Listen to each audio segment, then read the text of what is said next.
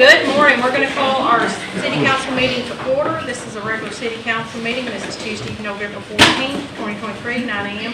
We are in the city public works building. We're going to stand for invocation, followed by the pledge.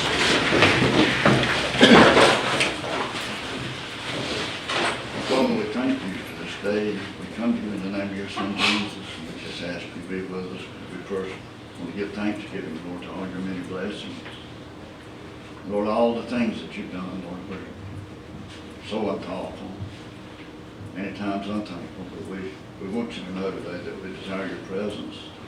We are truly thankful to live in the greatest nation there's ever been. We ask you to bless this meeting. We ask you to bless this city, Lord, and we ask that your Holy Spirit will guide us and direct us in everything that's said and done. In Christ's name we pray, Father. Amen. Pledge allegiance to the flag of the United States of America and to the republic for which it stands, one nation, under God, indivisible, with liberty and justice for all.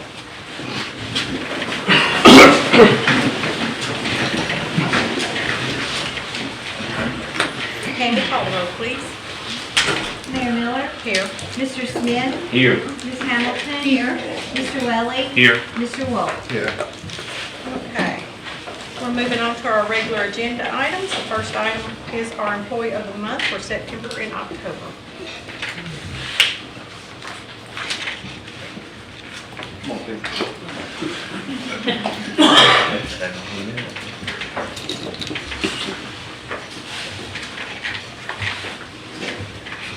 Good morning, council. Good morning, everyone. This morning I had the pleasure of having one of the employees of the month, and I'm glad me and Peggy went first, ladies first, but I want to say something. Peggy's been with us now for, what, Peggy, 5 years? Long time. She came here right after Hurricane Michael. She was what we had a grant funded that we got about 5 or 6 people that came help clean Mexico Beach up. Peggy was one of those with QLM that came over here to do that, and she's remarkable. There was, after the grant fund ran out, we had about 3 openings, and I was able to hire 3 of those QLM people. And one of them works in the utility department now, and I got Peggy, and one's left. But I want to say this, you're not going to see a harder working lady than this lady standing beside me. First thing when Chris came here, he told me, he said, man, I see the young girl out all the time, and said every time I see her, she's got a weed eater in her hand, she's in a ditch, she's doing something. She is a tremendous asset for the city of Mexico Beach. And it is my pleasure to present you, Peggy, a plaque for Employee of the Month. Thank you. You deserve that. Take that, but something else. This one's probably more important than the plaque. I've got a certificate for a full day off. Not half a day, not 3/4 of a day, but a full day off. And you'll get I think there's a little something goes in your paycheck along with this, but it's my pleasure to present this to you, and like I said, Thank you have done a tremendous job for the city of Mexico Beach, and you're a pleasure to work with. Thank you. For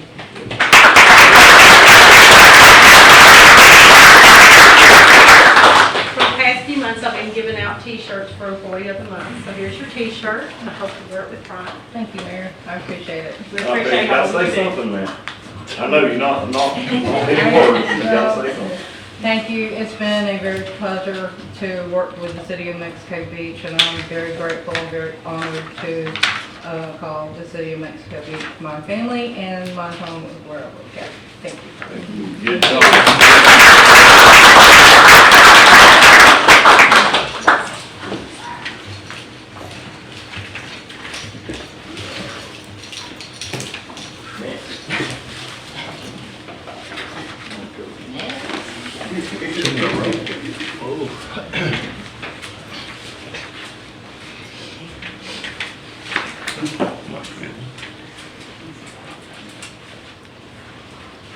Can't hide behind that.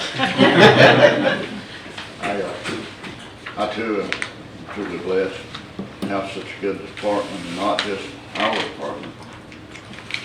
This whole city works good together. I told someone, I said, we growled at each other a little bit, It's at the end of the day, we come together and we work, and I appreciate all these, but Garrett is a very good employee. He applies himself. He don't cut corners. He tries to do his job. He works hard, and I know that most of you are aware that he has passed his Class C drinking water license, and they accepted his experience, and he is a certified operator, so I can take a day off.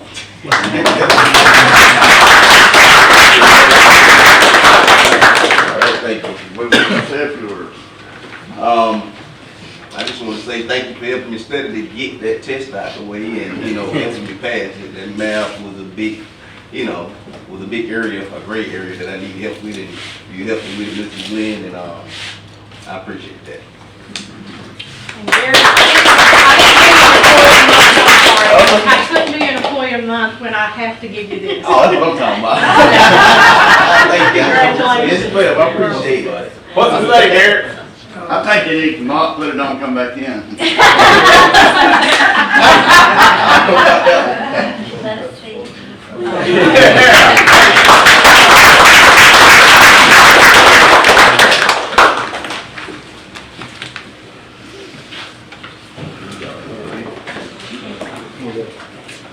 And you thought it was all over, didn't you? Morning.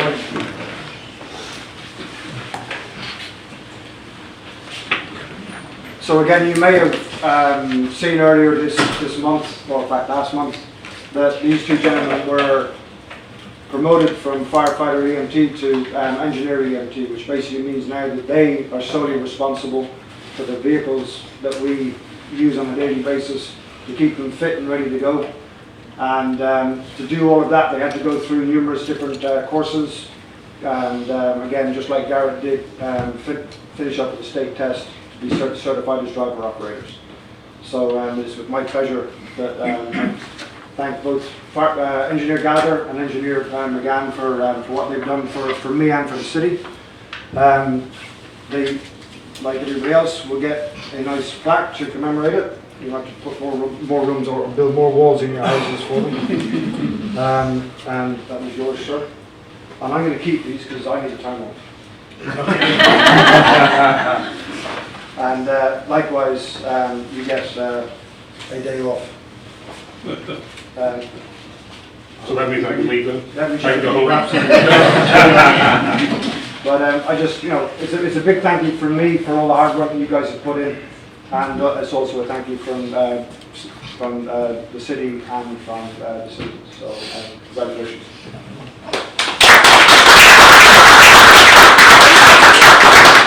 Not be here without you guys. Y'all are such a blessing to us, and for y'all to go above and beyond.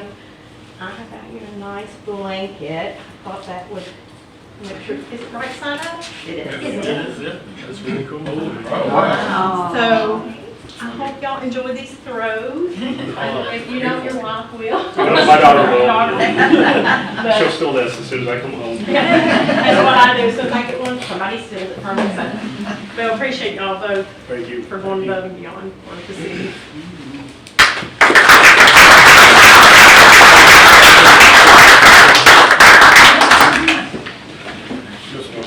Thank you.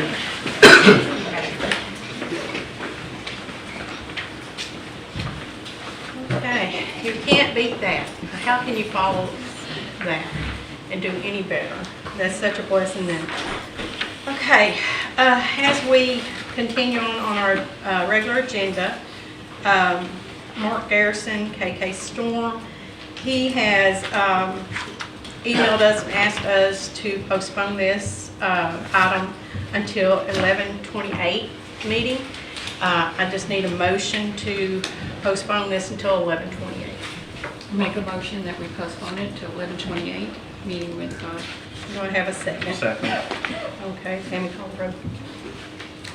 Mr. Wolf, Yes. Mr. Welly, Yes. Ms. Hamilton, Yes. Mr. Smith, Yes. Mayor Miller. Yes, thank you. All right. Mayor, if I can make a comment about that? I've been in touch with Mark Garrison this morning. I should say he's been in touch with me, and with all the emails that he sent each of us regarding this issue, He has decided that due to the amount of items he's gonna continue, or he originally planned on emailing, that he's not gonna do that now. He's gonna take the information that he has remaining over to Office Max and have it professionally bound. And he told me he would have that by the end of the week. So at sometime between now and Friday, there'll be professionally bound notebooks for all the council with the remaining information.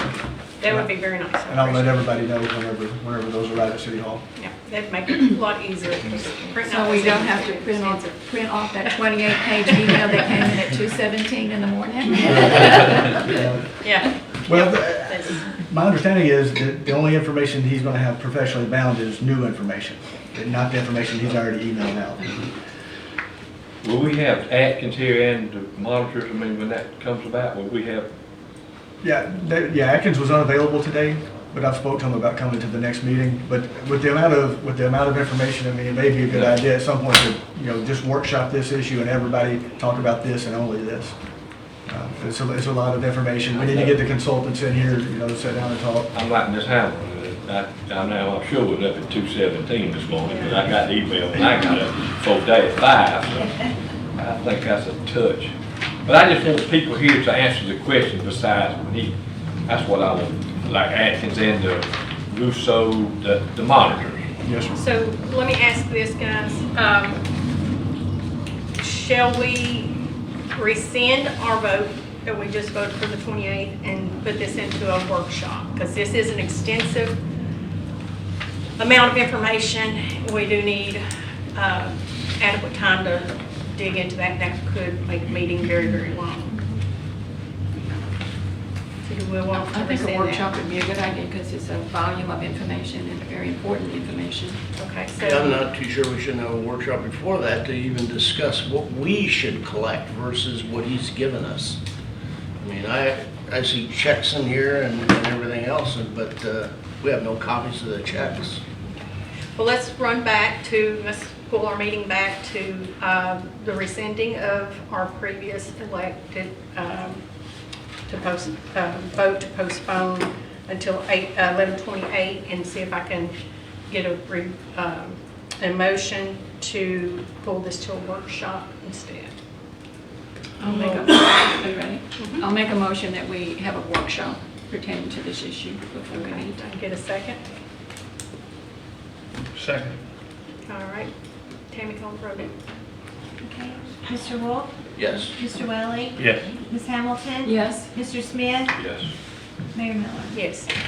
Chris, the council will direct you to set up that workshop with all the needed people that need to be there. If we need to call a special meeting beforehand for us to discuss it, we can also do that.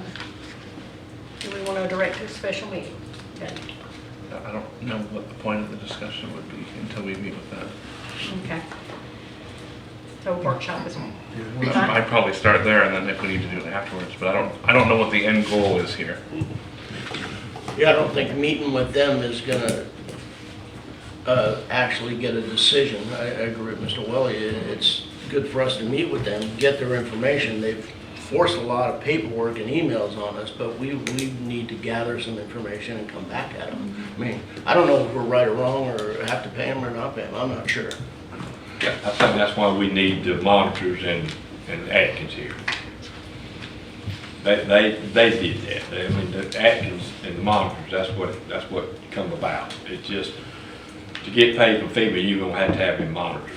And the monitors, okay, it's a process, and I think we need to have them there to answer the questions.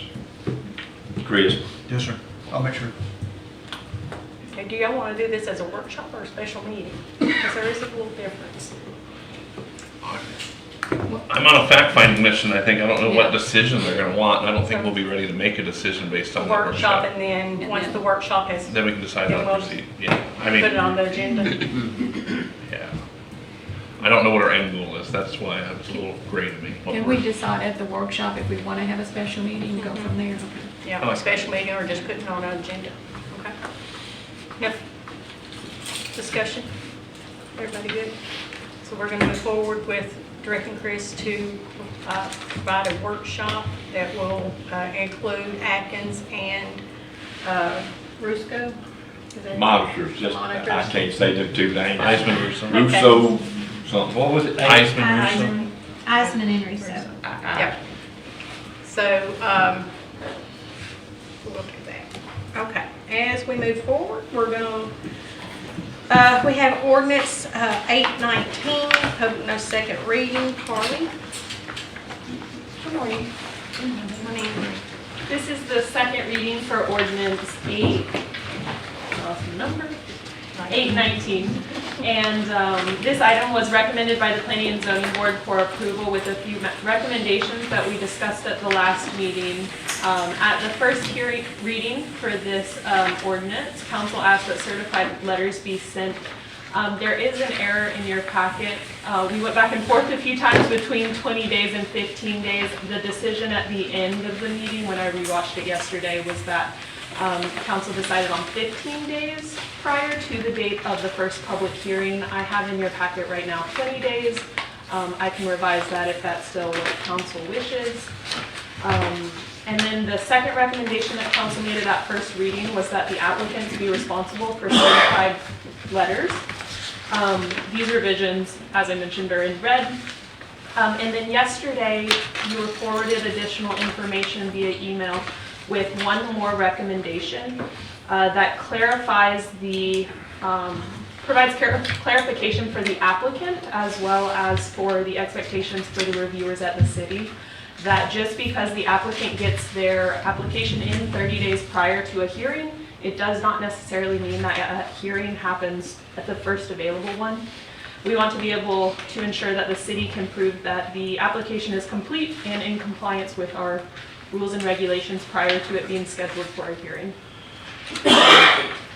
So I have that language provided to you in blue. I can read it if you find that necessary. May I ask who directed you to add that? It was just something that we looked at when we were considering making the timeline 15 days for mailings to go out. That left review for 15 days, 2 weeks for the city, and we want to be sure that the city has sufficient time. If the applicant doesn't have information correct, if we need to go back and forth on requests for information a few different times, we want to be sure that the applicant has appropriate expectations. Okay. Oh, you just had said that you had been told to add language. Oh, Laura and I Oh, okay. discussed Gotcha. it. Sorry I about just that. wanted to just make sure that their direction wasn't coming. When we were considering the longer time frame for mailings, we just wanted to be sure that there's an extra sentence in there that says there's no guarantee, but we'll do our best. Right. Well, that makes sense. When I read that, I was like, that makes sense. So, and I didn't realize it was the blue was something that had changed, but that makes sense. Okay. All right. So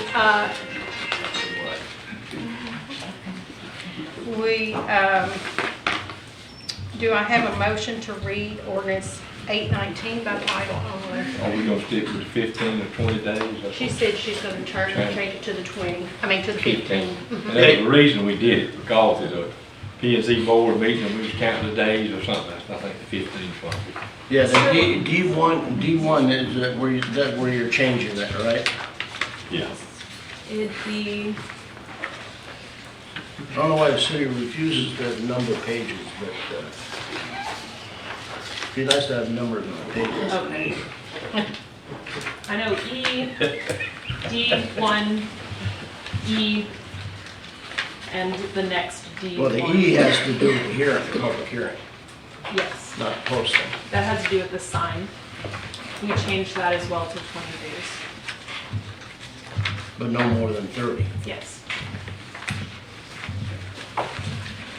Let me understand this right, we're posting 15 days.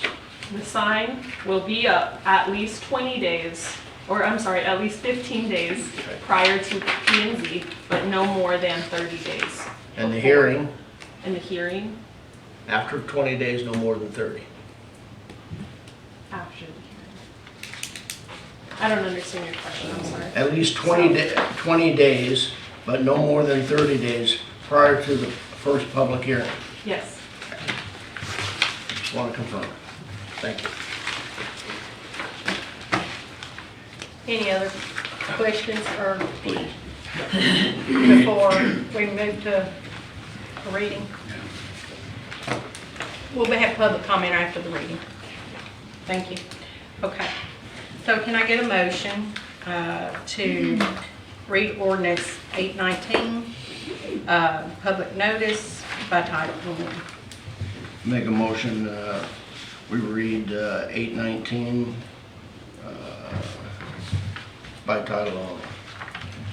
Tammy? Call the roll. I'll second. Oh, I'm sorry. Now you can call the roll. Okay. Mr. Wolf, Yes. Ms. Hamilton, Yes. Mr. Smith, Yes. Mr. Welly, Yes. Mayor Miller. Yes.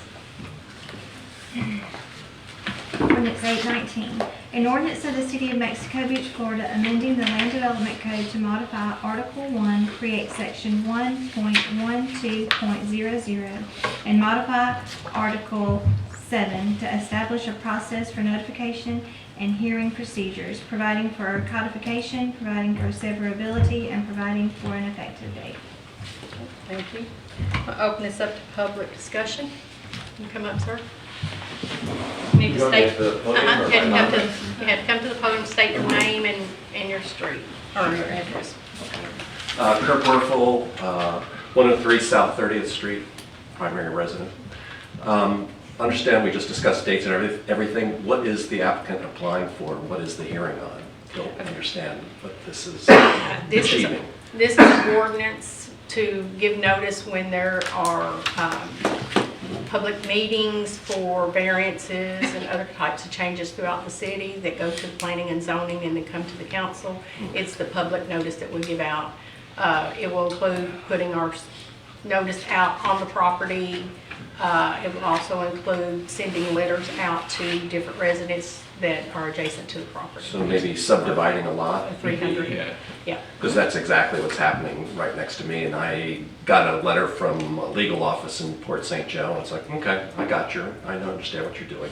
But that's all that I could do. There wasn't any comment or hearing or anything about that. I don't know where it's headed. Okay, so all lot splits, variances of any kind come to planning and zoning. Then this notice, if you want to explain it, Carly, that's fine. There are some lot splits that don't have to be advertised, and those are the ones that, and I'm not familiar with this exact example, but just generally speaking, Mexico Beach was originally platted. If someone is asking to split their 2 lots back to the original 2 lots that were platted, that doesn't come before planning and zoning or council. That's something that's done at the administrative level. Okay. But this is language establishing an administrative procedure for 2 types of hearing: legislative, where we create policy, and then quasi-judicial, where that policy is implemented to certain applications. Okay. If it's grandfathered in, certainly understand it, acceptable. If it's a new split of a lot, do we want to be a little hamlet by the Gulf, or do we want to keep subdividing the pie? So hopefully, that's my comment. Okay, thank you.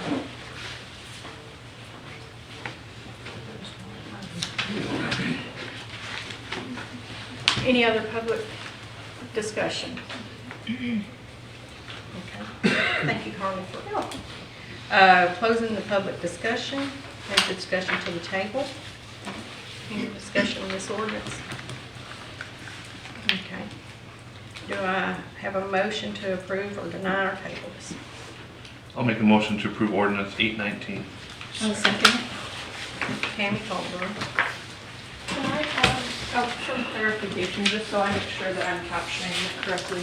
So we do want to go to 15 days for mailings and sign postings. Minimum 15 days before P&Z. Okay. And then what do you think about the language that was proposed yesterday in blue that adds, this requirement does not ensure the request will be heard at the next subsequent public hearing. A determination of completeness and compliance must first be made. I like that. Okay. I think we do. Okay. So we have a motion for approval of ordinance 819 public notice and a second. Can you call the roll, please? Mr. Wolf? Yes. Ms. Hamilton? Yes. Mr. Smith? Yes. Mr. Willie? Yes. Mayor Miller? Yes. Okay, so the next item on our agenda is ordinance 820, golf cart registration, first reading. Mr. McCahill? Yes, Mayor, the city council directed me to draft an ordinance that reinstated golf cart registration because it had been stopped some time back. It came before the council at a meeting, and it was determined that we wanted to do a workshop. We held a workshop. There was several different things that was put out there, so I went ahead and redrafted this, and what we have in there is we reinstated golf cart registration with a $15 annual fee. We eliminated police inspection, and also we added to that, just above and beyond back to registration, the hours of operation. I've changed from sunrise to sunset instead of just saying daylight hours. We changed, if there is a change in the ownership, the golf cart must be re-registered with the new owner, and you can only have as many passengers as seats on the golf cart. And all those changes that we talked about at the workshop have been put into this ordinance. And also the owner should be at least 18 years. That's in there. Yes, ma'am. Okay, so we'll And this would be for first reading. yeah, a motion for reading of ordinance 820 by title only. I'll make a motion that we read ordinance 820 by title only. Second? Second. Call the roll. Okay. Mr. Wolf? Yes. Mr. Willie? Yes. Mr. Smith? Yes. Ms. Hamilton? Yes. Mayor Miller? Yes. Ordinance 820. An ordinance of the City of Mexico Beach, Florida, amending ordinance number 689 regarding hours of golf cart operation, number of golf cart passengers, and adding golf cart registration, providing for fines for failure to register and for operation of golf cart after registration is revoked, providing for codification, repeal of ordinances in conflict herewith, severability, and an effective date. Thank you. Open up for public discussion.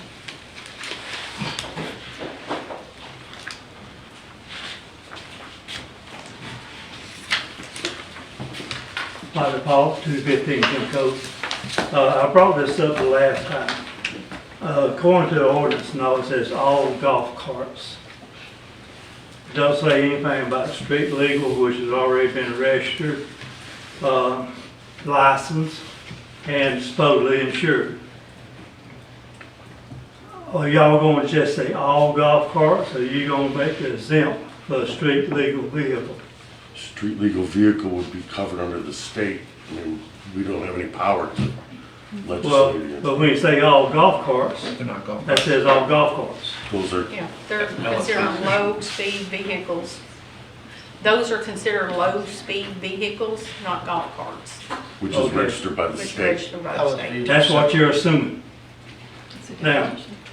when you leave, somebody else gonna come along, they gonna say, well, it says all golf carts. On the next people that does the ordinance. I still think you should have low-speed vehicles exempt. I don't think we need to. Okay? I think the So when I get definition pulled stands over for my themselves. Not having one and get fined by somebody else, who do I go see? That guy in the back. If Not you you, have The a, guy in the back. Man in the green. yeah, if you have a license, if it's registered with a license plate, your tickets will go through the county, not through the city. If you are not registered, you do not have a license plate, and you have a violation, it goes to the city. And they're smart enough, Bobby, that they're not gonna give you a ticket for a golf cart Okay, that's you're not. unregistered. You're not. But Excuse the me? next people coming down the line might. That's what I'm saying. It'll be a simple word by saying the registered vehicle. It'd be simple, just put in there. That way, coming down the line later, you won't have a problem with it. Well, I think our legal counsel has I just said don't we think should we not need to. have any problem with that because that's covered by the state. Been there before. Thank you. You're welcome.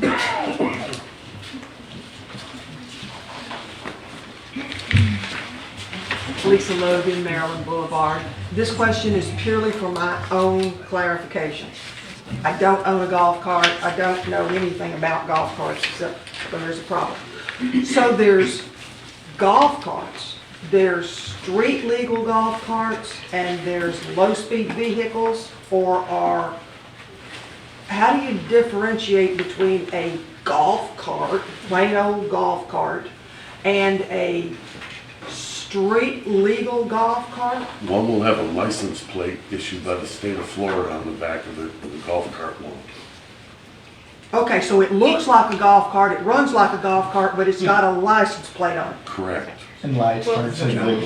there's other state criteria to get a license plate put on a low-speed vehicle. It can't be a golf cart, like, it has to have certain criteria such as windshields, seat belts, blinkers, lights, rearview Okay. mirrors, all just like a car. So if a golf cart does not have a license plate on it, then it's just a plain old golf cart. Correct. Okay, thank you. Good question, though. Any other public discussion? That's some good comments, good questions. We'll close the public discussion, move to the table.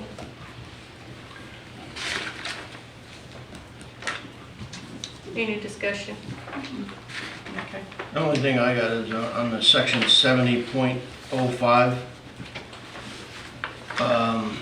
where it reads the golf cart can only have the number of passengers as the number of seats contained in the golf cart.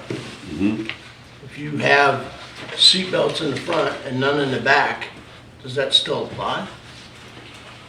It's only seats, It's not only belts. seats. It's only seat belts I mean, if you have a four-seater and there's only seat belts in the front, that's. Still a that's not- four-seater. Yeah. Still 4 seats. It's still a four-seater, but can you ride four people legally without a seatbelt? Yes. Golf cart. Even though the requirement for a golf cart says you have to have a seatbelt? Golf carts don't have no seat belts. No, the low-speed vehicles, they have a requirement for seat belts for each one that's in the vehicle. And it's considered the same as a motor vehicle and everything else. Golf cart doesn't fall under that same deal and everything it can have. But if they're under the age of 16, I think it is, they have to have a seat belt on.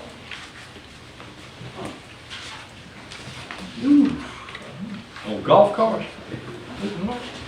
Well, let me check on it, I'll make sure. Yeah, I don't think when I read the state ordinance statutes on that it said anything about seat belts on golf carts at all. Yeah, but, yeah, the LSV is actually the one that's Yeah. registered with the state, so just seat belts, and if you're riding around, you have to have your seat belt on, just like in a motor vehicle. Right. Golf carts doesn't fall under the same deal. So we're saying that a four-seater is a four-seater and it doesn't matter if we have seatbelts? Yes. Right. That's what it says. And what about, you gotta put one of these in the back. What about kids sitting on laps? That's not a seat. They have to be in a seat. I would think so, yeah. By law, you'd have to have passengers per seat. The way it's written is if you have 4 seats, you can have 4 people. You can't have 5. Yes, sir, you can come up.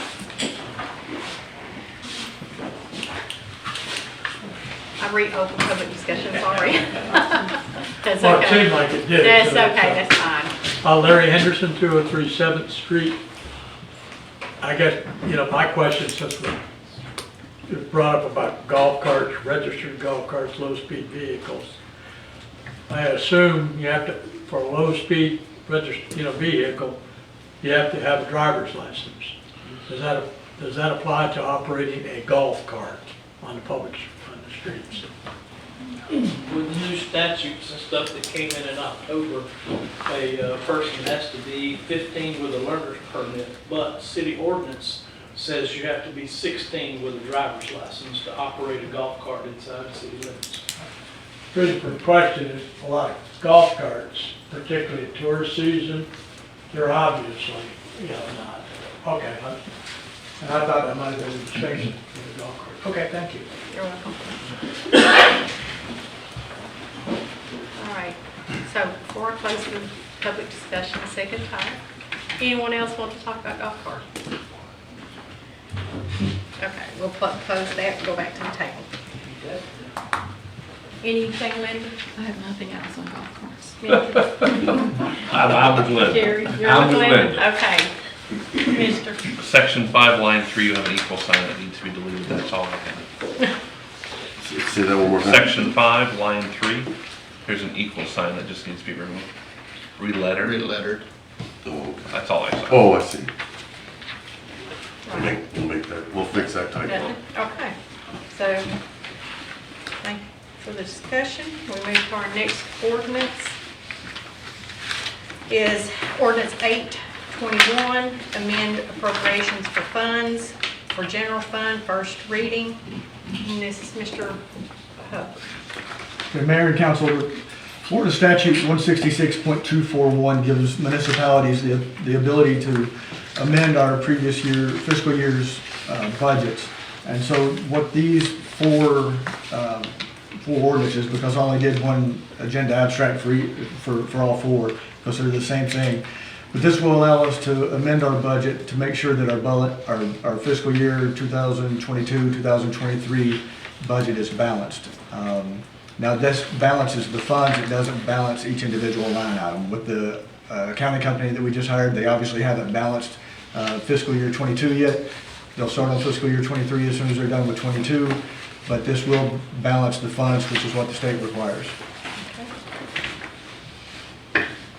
Also, just for informational purposes, for the council and anybody who looks at these ordinances, on each ordinance in the first whereas, that paragraph, it'll tell what the previous year's budgeted amount was as well as the new budgeted amount. The only fund that we had any issue with was the sanitation department. Sanitation department lost nearly $30,000 last year. So we'll be rectifying that. Chris, do you want to talk about each of these as I go, or do you want me to just? I don't think it's necessary. Like I said, it's just to balance the funds. All right, so this is balancing the general fund, the water fund, the sanitation fund, as well as our sewer funds for our year ending September 30th. So, okay, so I need to entertain a motion here for reading ordinance 821 by title only. I'll make a motion to read ordinance 821 by title only. Second. Okay, Tanner, call through. Mr. Welly? Yes. Mr. Smith? Yes. Mr. Wolf? Yes. Ms. Hamilton? Yes. Mayor Miller? Yes. Ordinance 821, an ordinance of the City Council of the City of Mexico Beach, Florida, authorizing the amendment for the appropriation of funds and adoption of the amended budget for the fiscal year 2022-2023 for the general fund, providing an effective date. Okay. We're open for any public discussion on the reappropriation of our funds for our general fund. Okay, no discussion, close the public discussion, bring it to the table. Have any questions about? No. Yes. Okay, go ahead. Are we gonna have a number or a spreadsheet or something to show where these numbers come from before the next reading? Do you think they'll have that by then? No. I kinda wanna see what it corresponds to. You don't think they'll have it by then? No. Okay, I know we're up against the timeline, I just wish I knew where we were coming with that number. What, the number on here, what I did is I ran a revenue versus expenditures report from Springbrook, and that's where these figures come from. The three that made money, it's the revenue side of the house. The sanitation was amended to represent the expenditure since it was the higher number. The individual line items, like I said, that will be probably months from now once, because there's still some growing pains going on with the accounting firm. And you know, we'll experience that for a little while as they adapt to our system and we get them all the information that they need. So we're not amending to bring money in from other sources, it's all within that fund already, we just had an increase in revenue and an increase in expense. Correct. So there's nothing coming in, we're not moving between funds? No. Just departments? Correct. Got it. Mr. Wolf, do you have anything? I'm good. Okay. All right, we'll close that discussion and we'll move to our next ordinance, ordinance 822, amend appropriations of funds for our water fund. Do I have a motion to read ordinance 822 by title only? Make a motion to read ordinance 822 by title only. A second. Tammy, call the roll. Mayor Miller, Yes. Ms. Hamilton, Yes. Mr. Wolf, Yes. Mr. Smith, Yes. Mr. Welling. Yes. Ordinance 822, an ordinance of the City Council of the City of Mexico Beach, Florida, authorizing the amendment for the appropriation of funds and the adoption of the amended budget for the fiscal year 2022-2023 for the water fund, providing an effective date.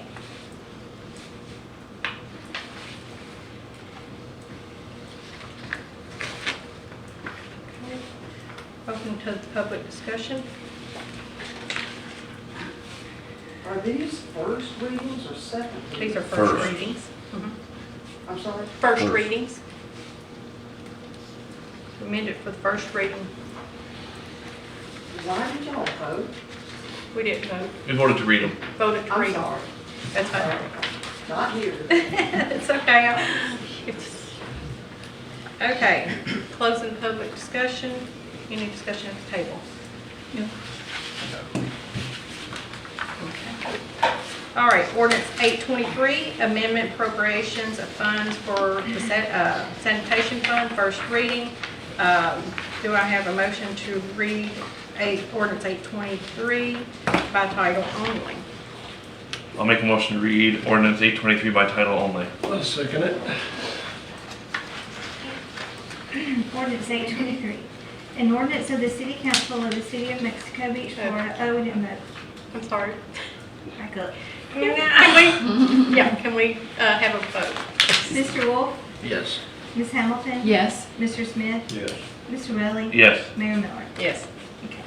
Thank you, Ordinance ma'am. 823, an ordinance of the City Council of the City of Mexico Beach, Florida, authorizing the amendment for the appropriation of funds and adoption of the amended budget for the fiscal year 2022-2023 for the sanitation fund, providing an effective date. Open for public comment for our appropriations of sanitation funds. Closing public, discussion at the table. Samantha, do you have anything? Chris, what were you saying about the difference, the $30,000? Yeah, that's, I wanted to bring that up, because if you look at the numbers there, it looks like almost $100,000, but the actual revenue for the sanitation fund this past fiscal year was $555,675. So more revenue was received than what was originally budgeted, it's just the expenditures were $30,000 higher than what the revenue was. So how are we funding that fund balance, or are we having to move money in to cover that shortfall? Fund balance. Fund balance? So the 30,000, like, how can we explain that? It's money that we had in the bank that the sanitation department, has set in there from previous years. Are you asking how do we So, explain like, why how we do we spend overspent? more than 30,000 Talking that we're overage. planning on spending? Is that what you're saying? Tipping fees? Yeah, tipping fees was the big Oh, thing. gotcha. Okay, gotcha. The cost of the city to dispose of our trash went up substantially this past year. Okay. We've had more runs.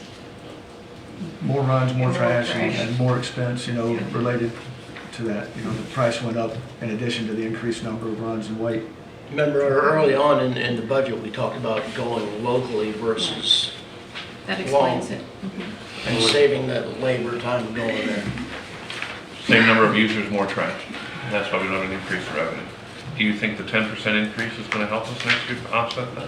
We're going to be bringing an ordinance to the table here in the very near future, which is going to address some of the rental properties where you have large number of rooms and a large number of people will stay there and generate a lot of trash. I mean, there's certain rental properties here that during the busy times of the year will have 25 bags of trash out there. And there's nothing in our ordinance right now which will allow us to charge for that. So that will be on the agenda in the very near future to address those types of situations.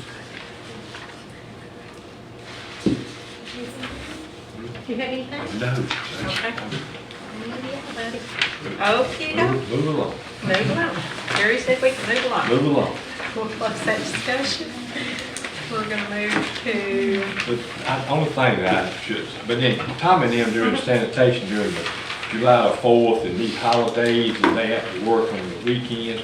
I think that we have to service the citizens, give them service, and that's where I think it's going up. Plus the tipping fees that we have to pay, we have to pay what we can't just dump the garbage somewhere. We have to take it where we have to dump it to. So I think that within $30,000, I think we did really well for what we give the citizens, especially with sanitation. Thank you. thank you. Move along. Okay, permission to move along from Jerry now. Okay, we're gonna move on to item 8, ordinance 824, amendment of appropriation funds for sewer funds, first reading. And do I have a motion to read ordinance 824 by title only? Before we read, can I Okay. ask questions that might affect it? The numbers aren't right. They are the same numbers as the sanitation. I noticed that, yeah. Oh, okay. I was gonna bring it to the Typographic table. error on my part. So I don't know if we need to fix that before we read it, or, The,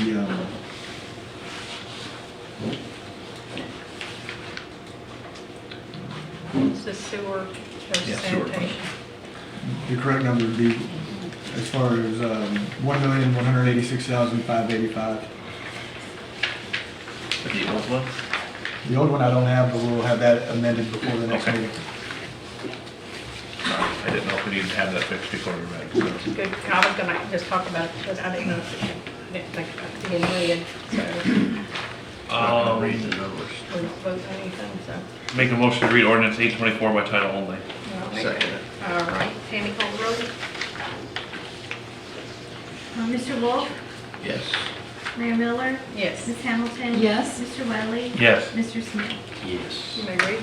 Ordinance 824, an ordinance of the City Council of the City of Mexico Beach, Florida, authorizing the amendment for the appropriation of funds and adoption of the amended budget for the fiscal year 2022 to 2023 for the sewer fund, providing an effective date. Open for public discussion.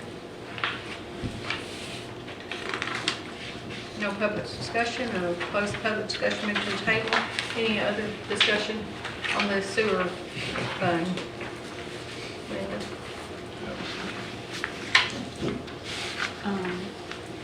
Let's see, are we moving on to, We're- oh, no, I'm good. We're gonna clear up the numbers on this before the Yeah, next reading.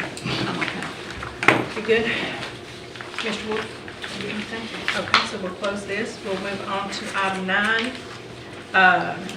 Certificate of substantial completion, phase 1, phase 2, stormwater repair for GCUC. And this, Mr. David Risen, Dewberry Engineer. So yeah, these are the letters of substantial completion for phase 1 and 2 of the stormwater work. We briefly spoke of them last week at the special meeting. It's just, in summarizing, basically states that the work's been done, the city's done their inspections, Dewberry's looked at it, and it allows the contractor to move forward with closing out the project.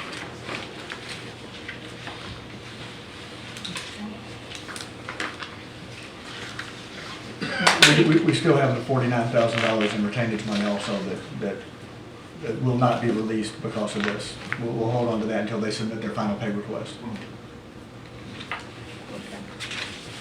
That was going to be my question. How much was this? And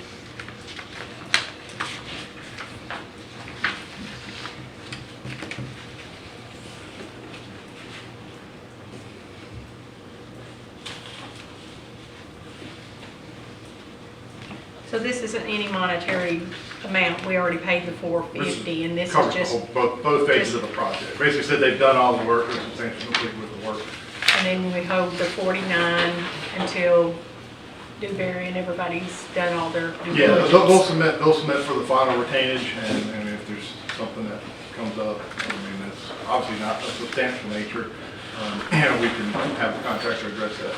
Okay, and I do see where amendment to the contract is none, their responsibility, contractor's responsibility is none, and our responsibility is none. How could we have the contractor do it if we've crossed off here? Well, this would be like if there was a punch list or something, like say there was a problem with the pipe or there was an issue. Based on what you said, and based on what's here, that's not true. You have a contract here, and you wrote out, you lined out the area that says if you had a punch list. If we have one thing, it's a punch list. Well, before I filled this out, I reached out to Tommy and Chris and said, are there any issues with the project? Nothing came up, so I crossed that out. There's no punch list out there. That's of substantial work. Okay. I'm just saying, if it's complete, it's complete. This says substantially complete. That means it's not completely done.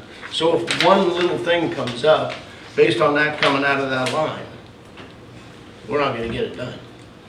We're only 49,000, that's right. Yeah.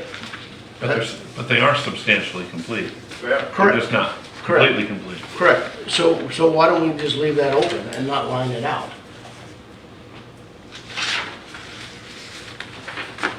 So here's my concern, is we've not had any rain. Right.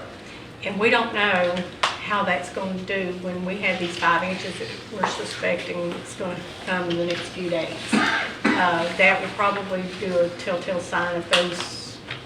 Well, there's been rain events since the pipe's gone in. I mean, for phase one's been done for quite a while. Right. For the stormwater, or the pipe along Florida, there's been rain events since they've been done putting it in. They've had to go back and do some sod work and some cleanup work as well. But I mean, I think if there was going to be a problem, it would have shown.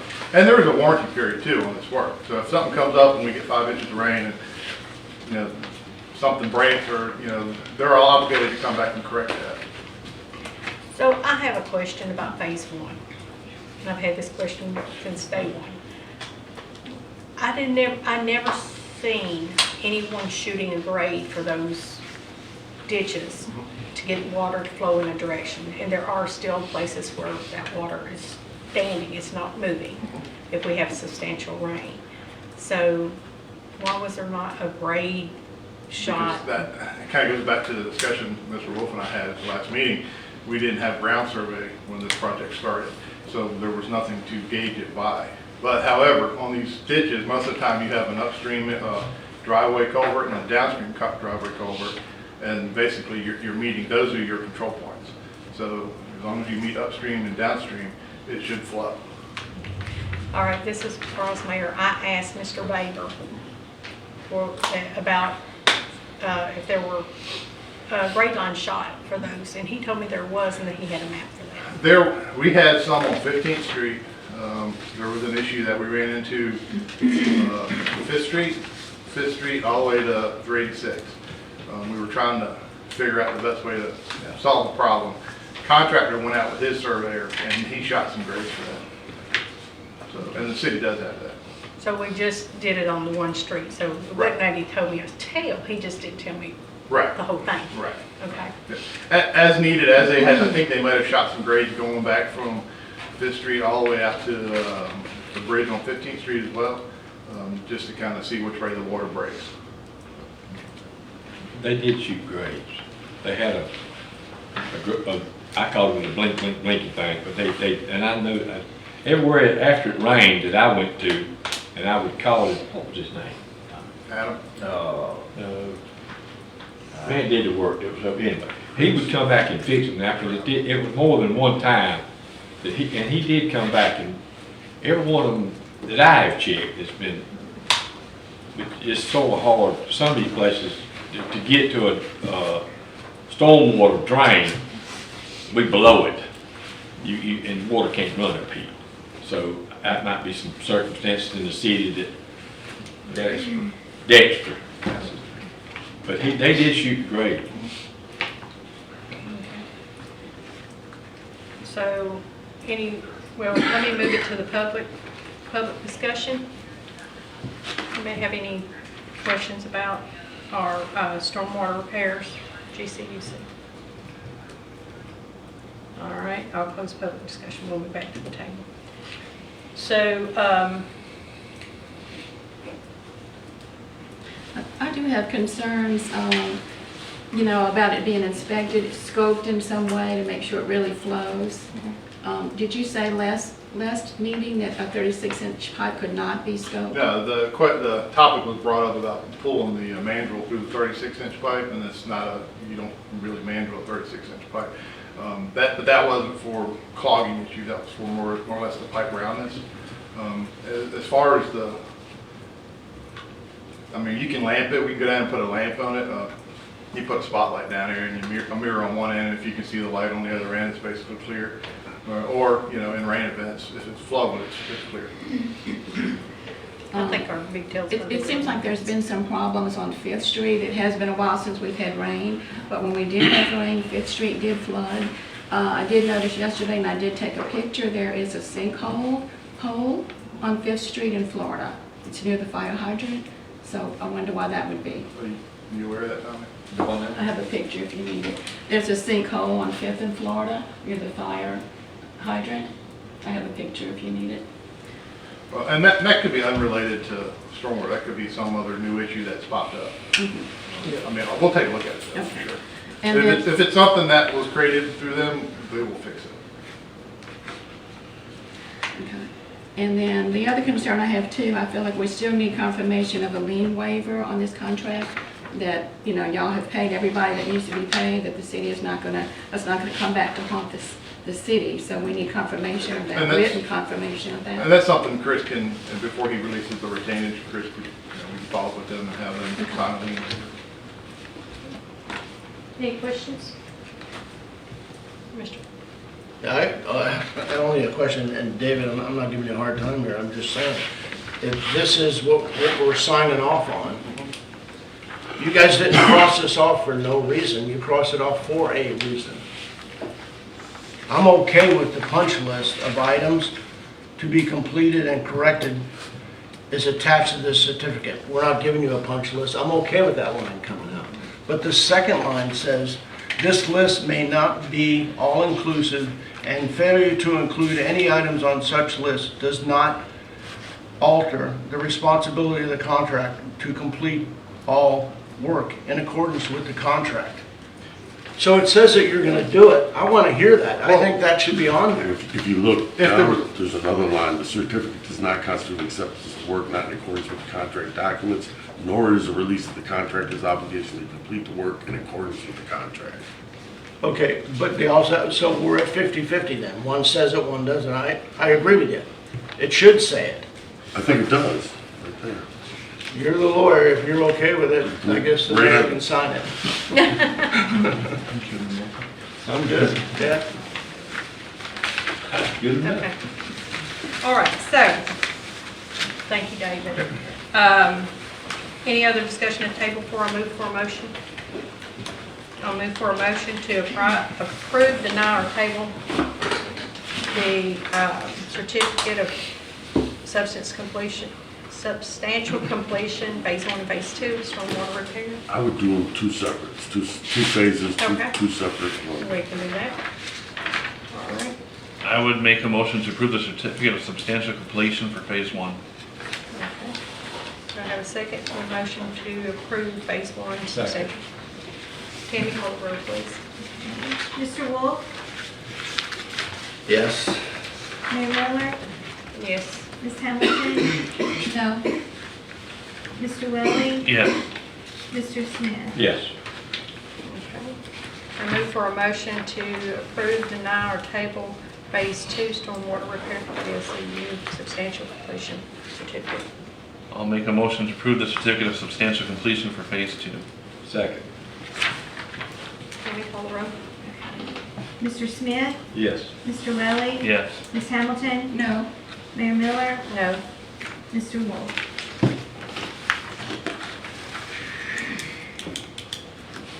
No.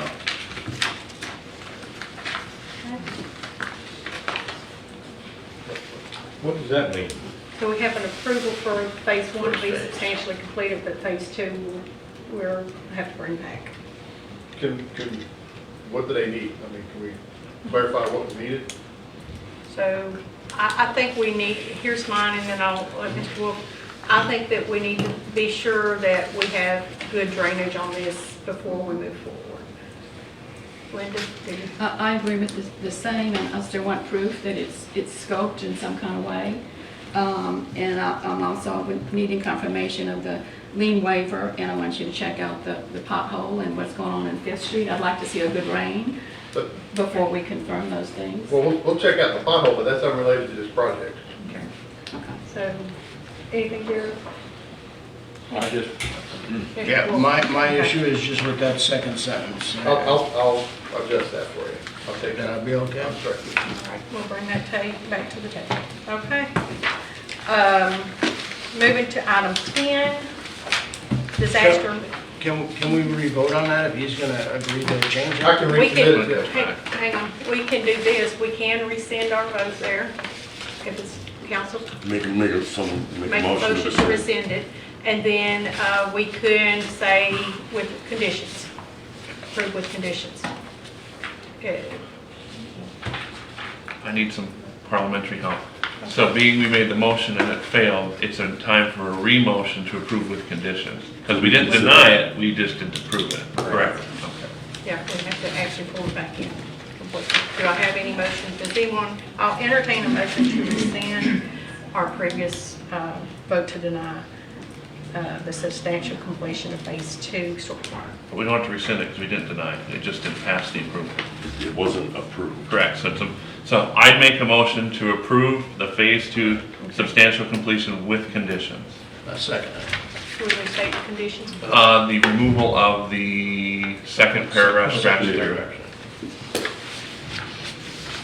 Have conditions? Other conditions? Any other conditions? Yeah, I want to, okay, I want to make sure. Okay. Go ahead, Tammy. Okay. Mr. Smith? Yes. Ms. Hamilton? No? Mr. Wolf? Yes. Mr. Welly? Yes. And Mayor Miller? No.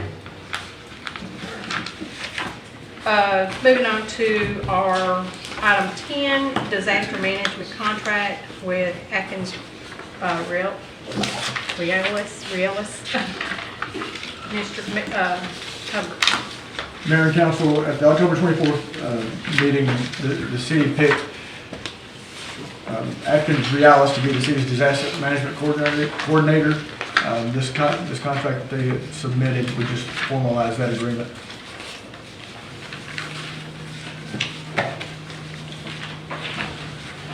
All right, open public discussion.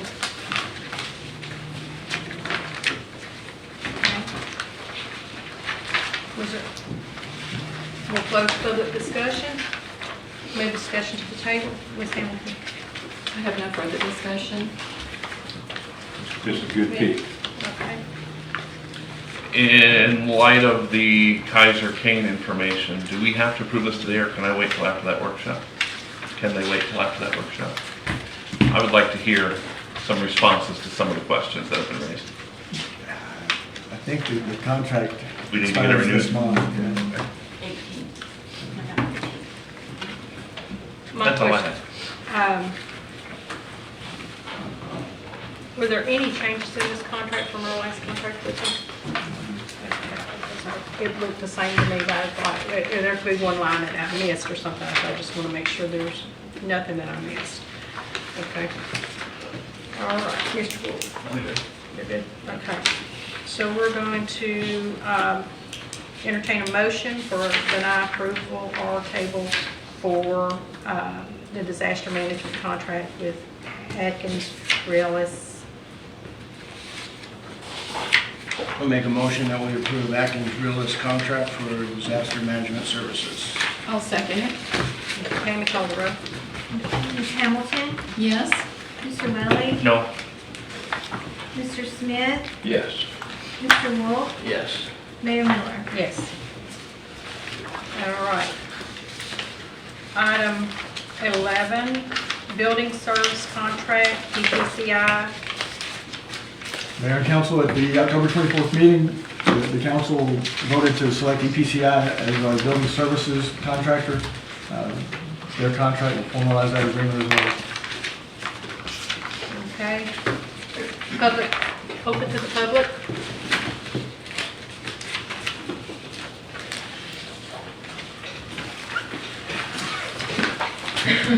Lisa Logan, Maryland. Before, just sort of, 2 or 3 years ago when Mr. Hubbard suggested that you go ahead with the RFQ, there was supposed to be a discussion, I thought, on the other option, which is to bring the building department back into the city and not have a third party operate that. And y'all had mentioned that several months back. There has been no discussion on that. And I think that it is necessary that you look at all of the options. And right now I know of 2, EPCI operating it or bringing it back under the city. And I think y'all owe it to us to at least have that discussion. We have not had that discussion under the previous administrations. And I must be the only one in town whose alarms or whose radar went off when Bo Creel stood in front of you at the last meeting and said, in the first 9 months of this calendar year, EPCI made over $600,000. EPCI paid, according to the contract, $120,000 to the city. Any department in a town as small as ours that is generating that much revenue needs to be looked at. Perhaps EPCI is the best way to go. But you should be looking at the other option, which is to bring it back as a city department, because that much revenue is walking out the door. And what little information I have, which is not at all complete, on how much revenue EPCI made in just the last 5 years, because they've only digitized the last 5 years, and how much they actually paid back per the contract to the city, jumped significantly, as you would expect, because of all the building. So, if they are generating at this point in time, and yes, I know how the building department works and the permit fees ebb and flow a tremendous amount, but there's been a significant jump in permit fees for the last 5 years. Most of that money that's generated is walking out the door. And you add to that the fact that we have had multiple significant issues with EPCI and the way they have handled things since the hurricane, but even before. And it behooves you and is your job, as I see it, to look at the other options. At least have the discussion before you just sign another multi-year contract. So I am asking you to do that. Look at the other options. See if there is a better way to handle this, if we have more control over how the building department is handling regulations. Thank you. Can I say one thing? Hang on 1 second. Anyone else? I kind of like to weigh in on this a little bit. Just, I think she made some great comments, Christy McElroy, Port St. Joe. We have the same building inspector, but now that Florida statute says you can do virtual inspections, that's been around since I think 2021, you have a lot more options. You also have options of, do you hire a building official to oversee, and you have a department, and then you do those virtual inspections. You can also do CAP, which some municipalities, a lot of them in the state of Florida are moving towards, or you can stay just as you are. I was sort of surprised at the last meeting that there was only one company that bid. And I don't understand why that is, because there's some really great building officials and their companies in the whole panhandle, as well as there's other options based off of New Florida statute. So I would encourage you to do some research that's a little bit deeper and a little bit wider before you make any sound decisions, or at least not do such a long contract. And so that's, or do an extension on the existing contract and then go and do some more exploring. Thank you. I said, make just clear up a little bit. Let's just make sure everybody, then you can, get everybody, and you may have extra things that you want to say after these. Lorraine Lindsay, Florida Avenue. I wholeheartedly agree with the option of having a discussion.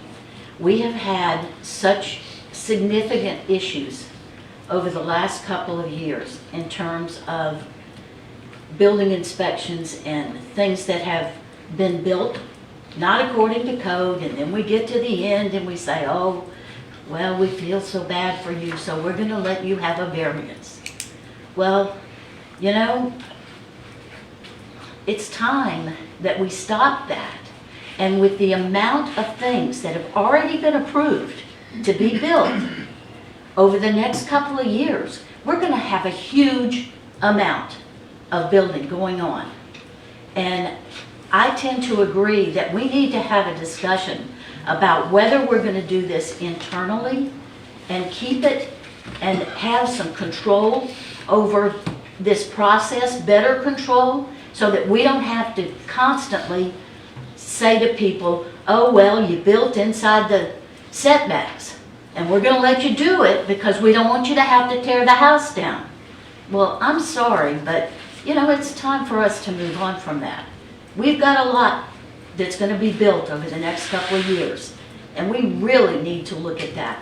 And I urge you not to extend a 3-year contract to a company that has not, in fact, done a very good job, in my opinion, of holding builders to the requirements of the LDC and the comp plan. Anyone else? Okay, close public discussion. I just wanted to mention, I think those are great ideas. I think the city should have all those discussions. This contract has a 30-day out, with or without clause. So you can enter into this contract now and have all those discussions that you want to have, and if you determine you want to go with in-house or some other option, you can terminate this contract with 30 days notice. Okay, thank you. Linda? That's a good thought too, to keep that in mind that we could end the contract within the 30-day notice. I think those are excellent ideas and inputs. You know, we did have that just one choice. So as the city grows and we have a lot more need for inspectors, I think we should consider other options. Anything? Anything? Just when we created the position that Michael held, I think the plan was to explore doing this, but we have not filled that position. So I don't know if we're planning to, but we can't continue down a plan of trying to take it in-house when we haven't filled the position we created to try and attempt to take it in-house. That's all. That's some of the conversation that I remember having with council and also with the city administrator. Part of the city administrator is bringing it in-house, and there's something I talked to them about. So I think it's something we need to do, but when you have 15 different items on an agenda and a city that's going the way it is in the current situation we're in, I don't know if today's the time, but I believe that we ought to have conversation going forward in a timeline to plan on bringing that back in-house, by all means. So when the contract was the only contract, or the bid was the only bid, RFQ that came forward, I questioned that. Because I had already been contacted by someone who had questioned the way the RFQ read, and I directed them back to the city. And the feedback I got was that they were told they had to have a physical office here in town already. And so they were looking for a place, and we have no commercial offices here. So they didn't put in their RFQ, which I was under the impression, because I went to Chris and asked, or maybe it was Tammy, I'm sorry. I was questioning it. Do they have to have a physical office here in town to do this? And they were like, no, it's taking the office that's currently for the building department. So that put someone out by the reading, the wording of that RFQ, and then their contact to the city saying, yeah, you had to have an office, and didn't explain that the office would be here. I think that was a detriment to our city by that happening. Secondly, Did the RFQ say we provide enough? nope, we went and read it. I went and read it because when they asked me, I went and read it. I'm like, ooh, and then I went to Chris and I asked Tammy if anybody, or Julie wanted, anyway, I was asking around City Hall to see if I could get those questions answered. And anyway, and then as you would know, last time when we had Mr. Creel here, I was questioning about the time frame, the years, as well as, being able to void this contract at any point. And that's when we were told 30 days. So my recommendation would be to move forward in approving this contract now and start moving forward to bringing discussions to the table to talk about bringing this in-house. Another thing about just the engineering companies that we looked at, there were 7 of them, and there were a lot of things I want to bring to the table about that too, our engineering stuff. So, any other discussion about this contract? Would it also be an option to possibly develop a committee from some of the citizens that have expertise in this area to kind of give us some guidance? Could we put that out and see if people would sign up for it? And I don't that know way that- we could be working on that while we have that contract in place, but we have that 30-day window to terminate it if we come up with a better solution. We can terminate at any point during this contract with just 30-day notice. Yeah. Unless they do something Yeah. cause. Yeah. And They can do it the right way. yeah, so, I mean, I agree with a lot of the comments from the citizens. We have had extensive issues, including a quasi judicial situation that came from an era that, should never have happened. We've had several variances come where a house was flipped and the plan got too close to the property line by doing that, them building it in the reverse of the plan. So I do have some vital, relevant concerns about EPCI and our building department. So we can do anything here that the council wants to do as a group. So. I mean, do we even know how many certified inspectors EPCI has?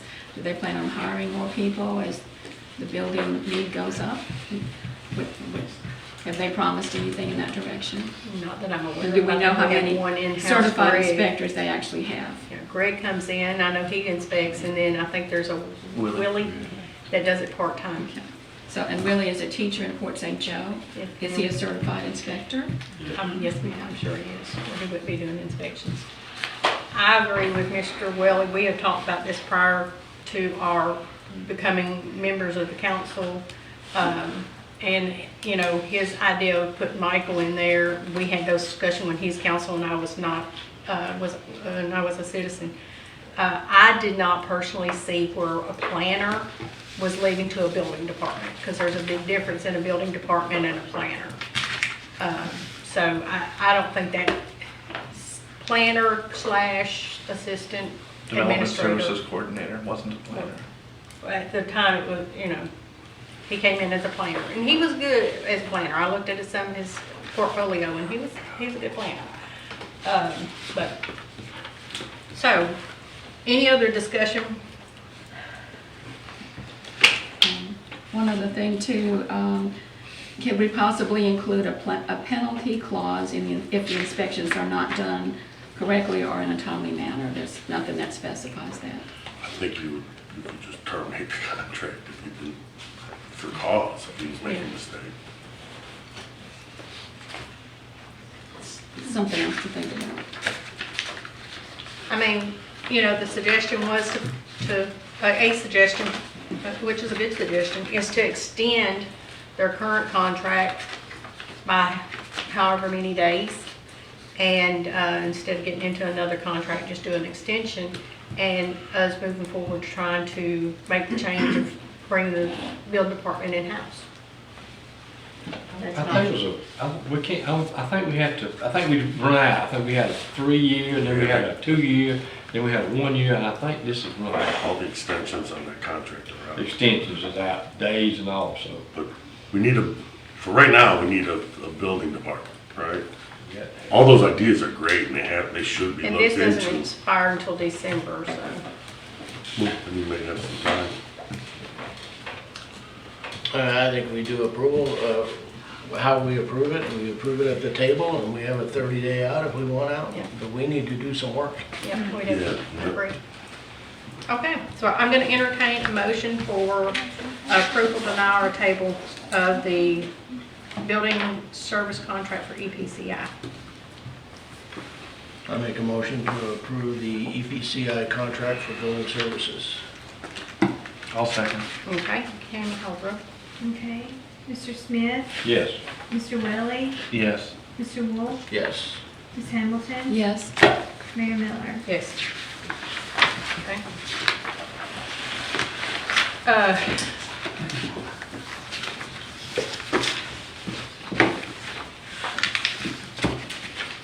And I would like to say that if we could direct Chris to make sure the RFQ gets changed to be worded.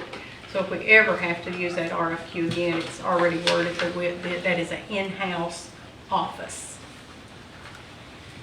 We'll look at it before it goes out, won't we? Don't we look at RFQs? We didn't get to this We time. did this time. Yeah.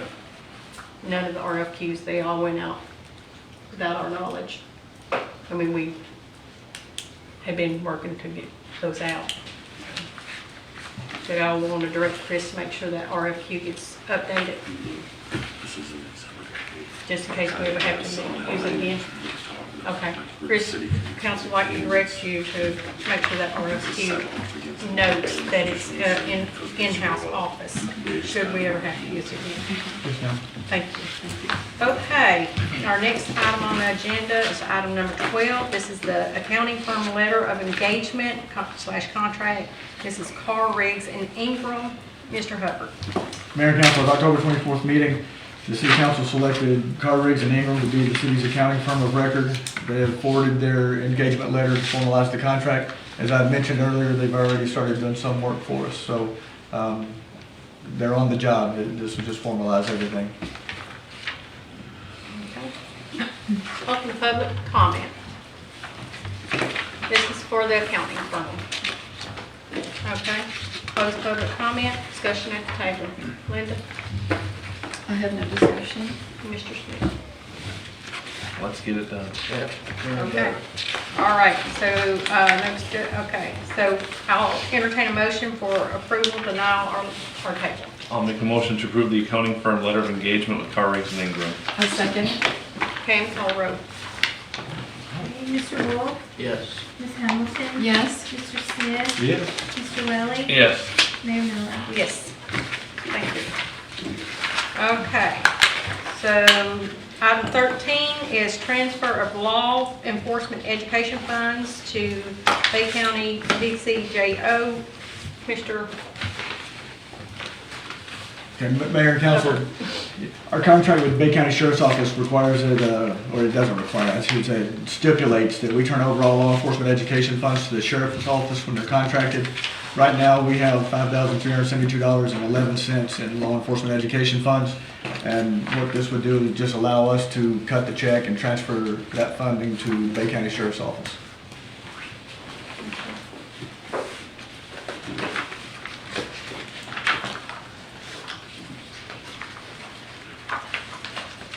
Any public comment? Okay, no public comment, move to page. So Chris, if you can help me understand, if we're paying like $1 million a year for the services of Bay County Sheriff Department, comes out to be about $84,000 a month. Isn't that enough for them to do their own educational training of the officers here? I don't see why we can't keep that money. Well, Statute requires it, yes, it's statute, but, you know, we don't have our own police force. We have the sheriff's office. And so it's the contract stipulates that we send it to the sheriff's office. I've talked to the sheriff, I made him pinky swear that, any money we send to him would be used on the officers that are here in Mexico Beach working. So, we just don't have it, and we continuously collect this. This is on fines that people receive inside our municipal limits. We just don't receive a whole lot of fines. Last year, I think it was less than $300 that we received for the entire last year. So it's not a whole lot of money, and instead of just sitting in our bank account, I would prefer to honor the contract with the sheriff's office, send it over to them, and let them use it to provide better training and additional training for the deputies working here for us. Okay. Like why didn't we have this discussion before we signed the contract? The signed contract has not been signed. It has not been signed? Okay. Okay. Yeah, it's been signed. Did I get it signed? Yeah. We currently have a contract with the sheriff's department. I was thinking that was one that, maybe I did sign it. It's the,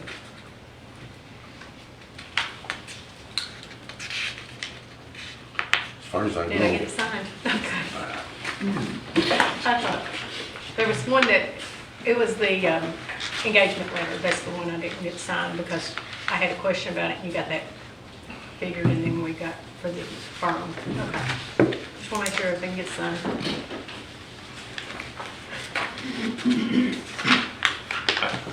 We are still getting money in this fund from tickets, or are they now county tickets? No, we were still receiving funds. Why are we getting funds still? We don't have that. I'm assuming because it happens inside our municipal limits. That's right. We just see. But there's no reason for us to keep it because we have no law enforcement to educate with LEE funds. Correct. We shouldn't have to do the administration on it. That's why they were remitting it to us. And I'm just confused on the optics of why we're even getting it. Yeah. We're a subcontractor. Anything else? Only that maybe make a motion and change it for the future. I mean, or we're gonna keep doing it. Well, that's what. Inquire with the clerk of court why they're even sending you the money to begin with. It's a requirement. Are we getting fines and forfeiture money? I believe so. I'd have to. So this is that $2 portion of the fine that goes in that account. Okay. We have an administrative responsibility that we probably don't need. Somebody doesn't need on their table or desk. But if we are getting fine money, then we are going to keep doing it because we're going to keep getting it. If we get a percent. Okay. You just have to direct Chris to look into that. Call the clerk of court, ask what's going on. Why do we get this money? I'm sure the sheriff wouldn't mind if we send him the money directly. What Bay County does. And it's different every time, but we'll be the same. Correct. So it might be like you say 300, and this happens to be 5,000. It's usually $2 a ticket. It's usually. I'm pretty sure some of that $5,000 was here whenever I was here before. It's just not been spent. All right. So we'll see if we can ask the city administrator to call Bay County and see if they can take that over. Is that what we want to do? That's up to the council. Can we? Absolutely. You can ask a I would question. at least ask the question so we don't have to have the administrative responsibility on it. Okay. So do we need to make a vote on the transferring these funds? Yes. Okay. And the contract does say we're supposed to. Yes, okay. So, or do we just direct y'all to do it, or do we need to vote? I think you need a vote to direct Okay. Chris Okay. to turn that money over to the sheriff. Okay. All right, so I'll entertain a motion to transfer the law enforcement education funds to Bay County. Make a motion to move the law enforcement education lead funds to the county. I'll second. Tammy Colbrook. Okay. Mr. Wolf? Yes. Ms. Hamilton? Yes. Mr. Smith? Yes. Mr. Welly? Yes. Mayor Miller? Yes. All right, next agenda item is FY '22 late audit timeline and update by Mr. Hubbard. Mayor and Council, the mayor asked me to put this on the agenda. There's quite a bit of information there. I prefer not to go through it, line item by line item, but I did include 2 pieces of documentation for support. One from the first meeting in May of this year, where it was stated and shown that the audit for fiscal year '22 was going to begin at the end of May. And then also an email which was sent to the elected officials and to certain staff at City Hall. I don't believe the citizens were ever made aware of that information, and it should just answer a lot of questions regarding, why the audit was late and some of the issues that we faced here. So if anybody has any questions, I'll be happy to answer any questions. Okay. So, this timeline, there's some errors in it, but we won't go over those today. I think this was directed toward me. So that unprofessionalism continues, and it was unwarranted to bring this type of information to the council.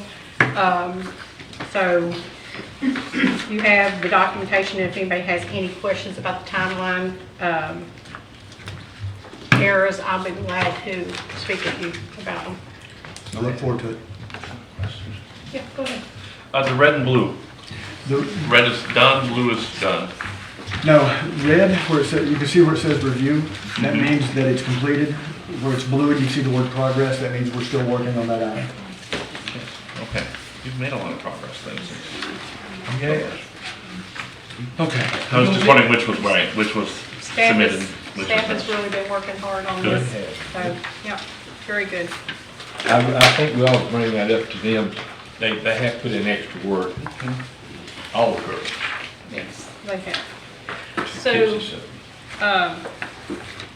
as far as the actual timeline on the audit, do we have anything from, tell us what's going on with our new accounting firm, what they have accessed already, what they still need access to start their job. The accounting firm has complete access to our Springbrook software, just as any finance director or accounting person who worked in-house would. They have copies of all of our city bank statements going back to April. As you can see in that timeline I provided, I emailed all that to them. They have been in touch with James Moore, which is our auditing firm, and they have the information that we submitted to them, and they've provided additional information. One of the things that was discovered here in dealing with the 3 entities, us, the auditing company, and the new accounting firm of record, was that the reason why our figures looked unbalanced when we first sent them over to James Moore was because they had done 5 journal entries that we were not aware of, and they never had passed those back to us. I'm assuming just because of the turnover and not really knowing who to send them to, and so that was one of the issues.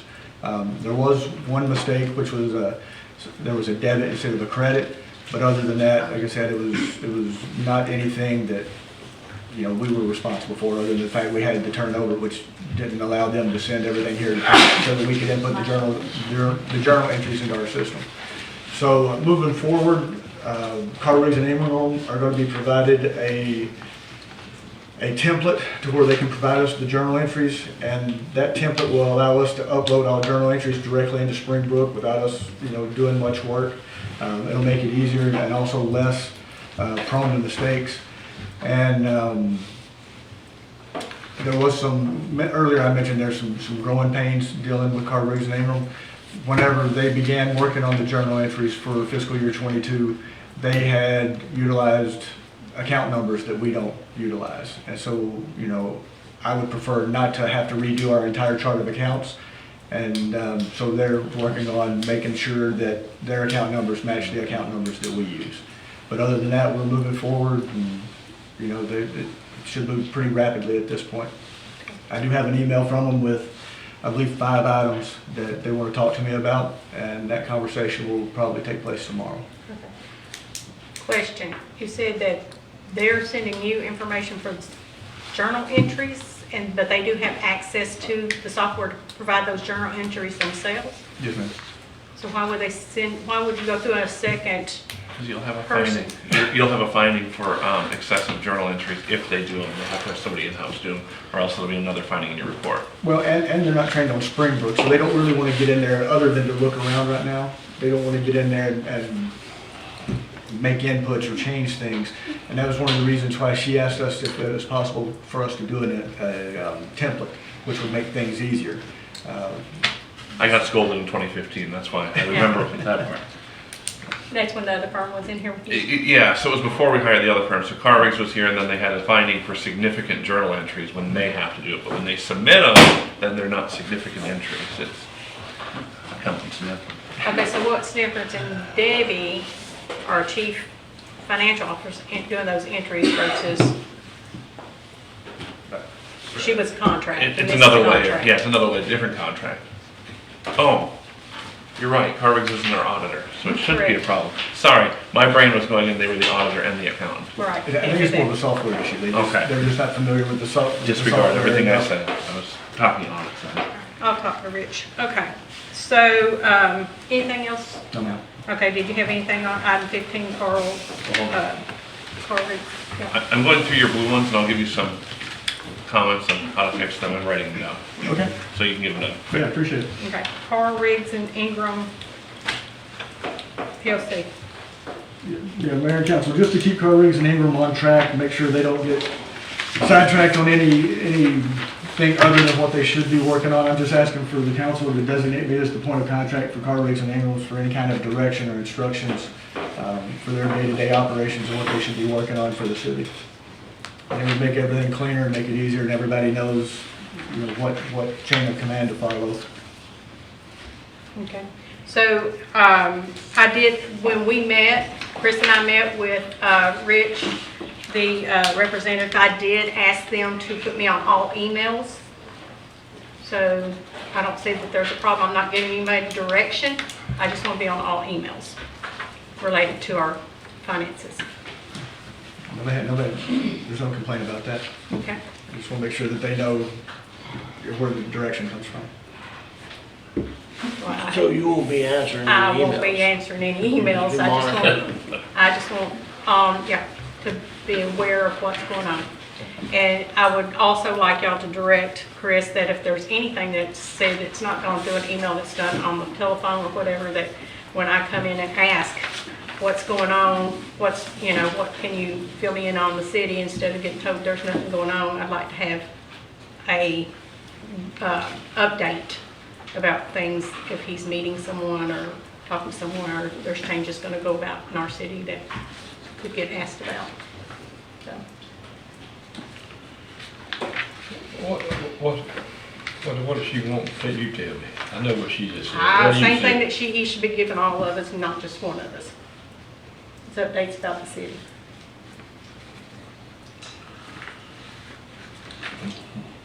We're waiting on a motion on this, or Yes. move on, or what? What do we need a motion? Just a motion to make him designate the city administrator as a point of contact for Riggs and Ingram. Need to vote on that too, or something? Yeah, we do. I'd like to make a motion that we designate the city administrator to appoint a point of contact for Carl Riggs and Ingram with all instructions, directions coming from the office. Second. Tammy, call for it.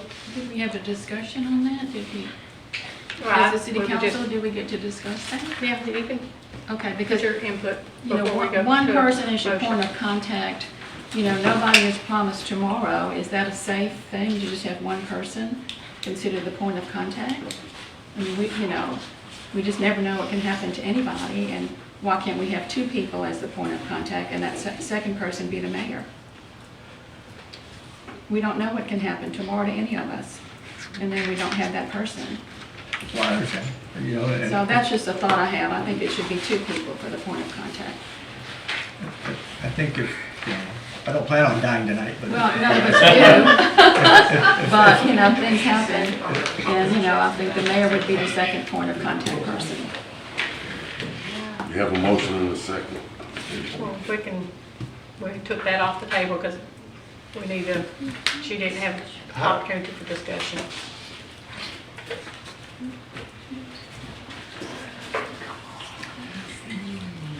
I think a way of resolving that would be to have a primary and an alternate. So if I do die tonight, then the mayor could be the alternate until another primary was appointed. That should resolve the issues.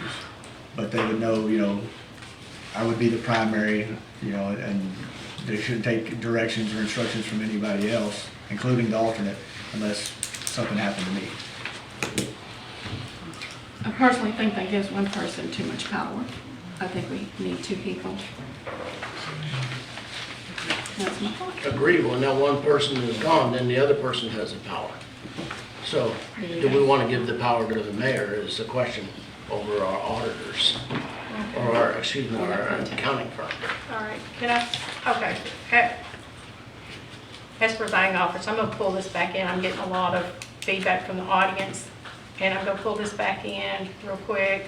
We'll start over. We're gonna talk about Carr Riggs and Ingram, and I'm gonna open it up to the public, because I think we, as a council, need to hear our public. So public comment is, discussion is open. If anybody wants to come forward. So you didn't have a motion and a second? They didn't have the opportunity. Well, don't, it's not on here, it says comments, so is it? Sir? Yeah. We did citizens' comments last, we did citizens' comments. We have a on law motion and a enforcement. second. We have a motion and a second on the table. I don't think we need public But we comment. didn't have time for the discussion. But no one's pulled that I'm getting ready motion to. and a second. Please don't, please. Point of order, please. Yeah, that's That's a a motion. point of order. Point of order. We had a motion and a second at the table. Okay. How about it? Mr. Smith. Yes, ma'am. I'm the presiding officer over this council, and I call point of order. Could you please? Please, I want to get to what the lawyer says, and then I'll move on. Well, But if we're no, at the table, Sir, please, I let's know. just call point of order. That means you don't talk right now, okay? no ma'am, I can talk, just like you can Okay. talk. I'd like to get So, from the lawyer, please, can I get something, we got on the motion and a second, and now we go back to, There's a motion, there was a second, and unless the person who made the motion wants to pull it back, it's still sitting here. that's what I'm saying. so the council does not want to give citizens or the other council people opportunities to discuss this when they're asked to discuss it further. Is that a Council question? can discuss motion. I'm sorry? Council discusses motions, we can absolutely discuss. The council has the right to discuss a motion once it's made. Exactly, so let's go back. Council. I've said what I wanted to say. So now we go to vote. So I think as presiding officer, I really need to pull this back in, and we need to rescind the motion until we have complete understanding and allowing us to hear from our citizens as well. What the lawyer said, That'd we be all, up to the person who made the motion. yeah, they can rescind it, but you can't. I don't think you can now, I don't think you can. Well, thank you, Lawyer Smith. Well, I did look lawyer back in my younger days. I bet you did. I'll make a motion that Can we- I'll pull that motion back and listen to the citizens. what they appreciate it. have to say. Now we're- I appreciate that, Mr. Wood. Thank you so much. Thank you, Councilman. It's greatly appreciated. Again, it's sort of interesting because I brought your charter with me again. And section 2.01. I'm sorry, can you give your name and Yes, address? Christine McElroy, Fort St. Joe. General powers and duties. So it's pretty clear in your charter, I don't make this stuff up, It's your charter. And then you go to section 2.07. That's your charter, mayor's responsibility, financial officer, executive, etc., to work with your administrative assistant. And then you have. Do you have something to say out Yeah, loud? the administrator's not the charter. Okay, well, but the mayor can work with your administrator. So he should have no more power than the mayor based off of your charter. And you wouldn't be probably in the position you are legally if you had an attorney that truly looked at your charter and explained it to you. It shouldn't be about personalities. And then, of course, I appreciate Councilman Wolf pulling back and allowing public to speak. And Councilman Wolf is very important because in section 2.08, it says Mayor Pro Tem. So if she's not available. So the situation is very simple. Too much power in one person that, does he even have a signed contract? No, ma'am. Okay. I think it's a good idea if you're trying to be transparent. She said she's not going to offer direction, but she should be allowed to be as well accountable because, not because I say so, but because your charter says so. And, you know, with all due respect to your interim assistant, this kind of waiting to get the last word, it's unnecessary. And with all due respect, Mayor, I do want to see your timeline. So I'm going to put this charter, once again, your charter, the law, in your public record.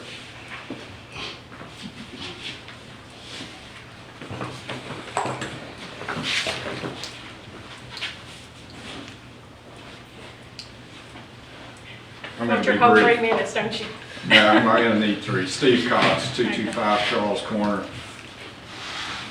Throwing no stones, but the 5 of you elected to sit at this table should all be copied on every financial email. You all carry equal responsibility, in my view, under the law. No disrespect to Mr. Hubbard or anyone else sitting at this table, but he could decide to quit, leave, get shot in the head tomorrow, who knows? And those kind of things happen. A car accident on the way to Kentucky. The 5 of you share financial responsibility, and you all should be copied on those correspondence. Thank you. All right, any other public comment?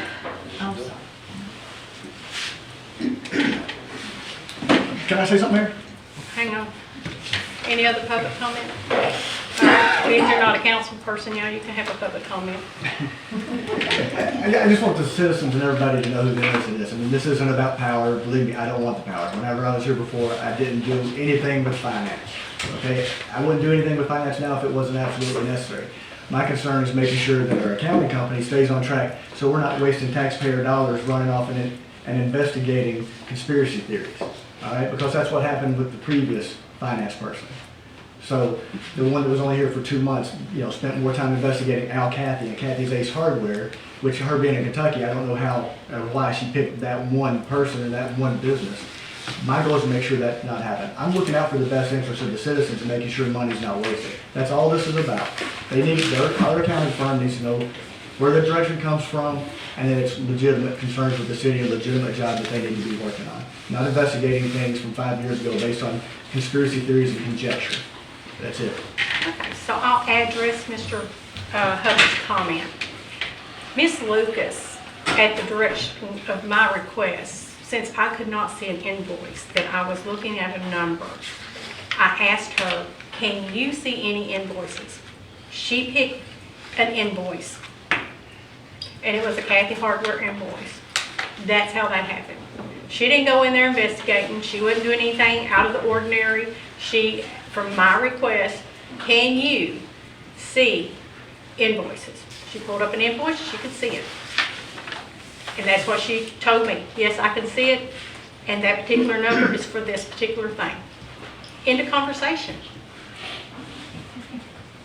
That was our conversation. So, there's no conspiracy theories. I've never, ever, ever sat up here and said that anybody's done anything inappropriate or wrong. I get accused, and there's been conjecture and accusations from others that I've said these things, but I have not. All I've asked for is the accounting software to be able to view not only for myself, but for our council.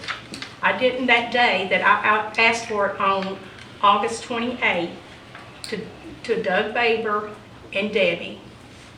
I never asked for just me. I asked for the council. So that's the way it went down. And I will, I have kept very good notes of my timelines, and I will make sure that goes public. Okay? So, now, with the public discussion still open, would anybody else like to make any comments? Yes, sir. Alex Hogan, 7th Street. My only comment was power. I don't believe anybody really in power. My perception is that our past administration down the road weren't totally involved in the running of this operation. Okay. We have let a lot of building contracts go through without a lot of forethought. We were building unmercifully, and now we're just now finding, thanks to Mr. Wolf, thank you, brought out some of the errors that we didn't really look into very well. Now we're paying the price, and it's probably too late to do anything about it. And I'm very proud of what our council is today. I think we've got a council that's really being transparent, bringing things out. And I think we're headed in a good direction. I think Mr. Hubbard is doing a pretty good job. Personally, that's my opinion. Now, I think, the power thing, I think all 5 of you should be involved in everything that happens in this community. You're representing us, not Mr. Hubbard, but you guys. And I would like to see you all involved in everything that goes on here, whether it be emails, vouchers, it doesn't matter. We should have somebody second in command in the administrative field. Something should happen to Mr. Hubbard, or he's unavailable. But be as it may, we do need a full cooperation of the council members in everything we do. Thanks.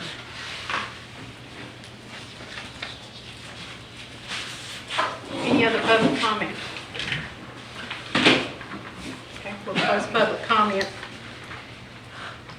And I assume we'll come back to the table, but do you have anything else I you'd do like to add? have, regarding Chris's comment regarding the audit, the timeline. Of course, this is your story. You have a reason to defend the woman that you love, that you live with, that you share a home with, a 400-acre goat farm in Kentucky. So this is kind of your opinion. There is litigation regarding this matter, and to me it seems like maybe we need to hear both sides of the story. This is just you using your power to make an agenda and deciding what you wanted to put here. And of course you are defending the woman of your love. So I think this is a very biased opinion, and it really needs to be something as part of the legislation, the legal issues that are coming up over this. There's a case coming up. There's 2 attorneys, our attorney that you hired, Michelle's attorney. So this is a matter that should be brought up where both sides of the story is heard, not just your biased story. I think the citizens. In your effort to call it a timeline, an audit This timeline. wasn't a It's discussion. biased, Okay. and you overuse your power. She has the right to let you answer her if she wants. Okay. So, do you want him to answer you, Linda? Not really. Okay. Okay. I really apologize for this becoming what it has, but I perceived it would. All over this. One little piece of paper right there. So let me tell you what this is all over. So I'm sorry, I'll go out of line here, but I'll tell you what this is all over. I can't remember the date. The day that the council here, the 3 members voted 3-2 to hire Mr. Hubbard under irregular circumstances or questionable. That was the day that I decided that I was going to probably have to move legally for this matter. That was in August. And then September 1st, we filed the reason, I filed the lawsuit. Then the September 8th, these 3 council members here received a cease and desist letter.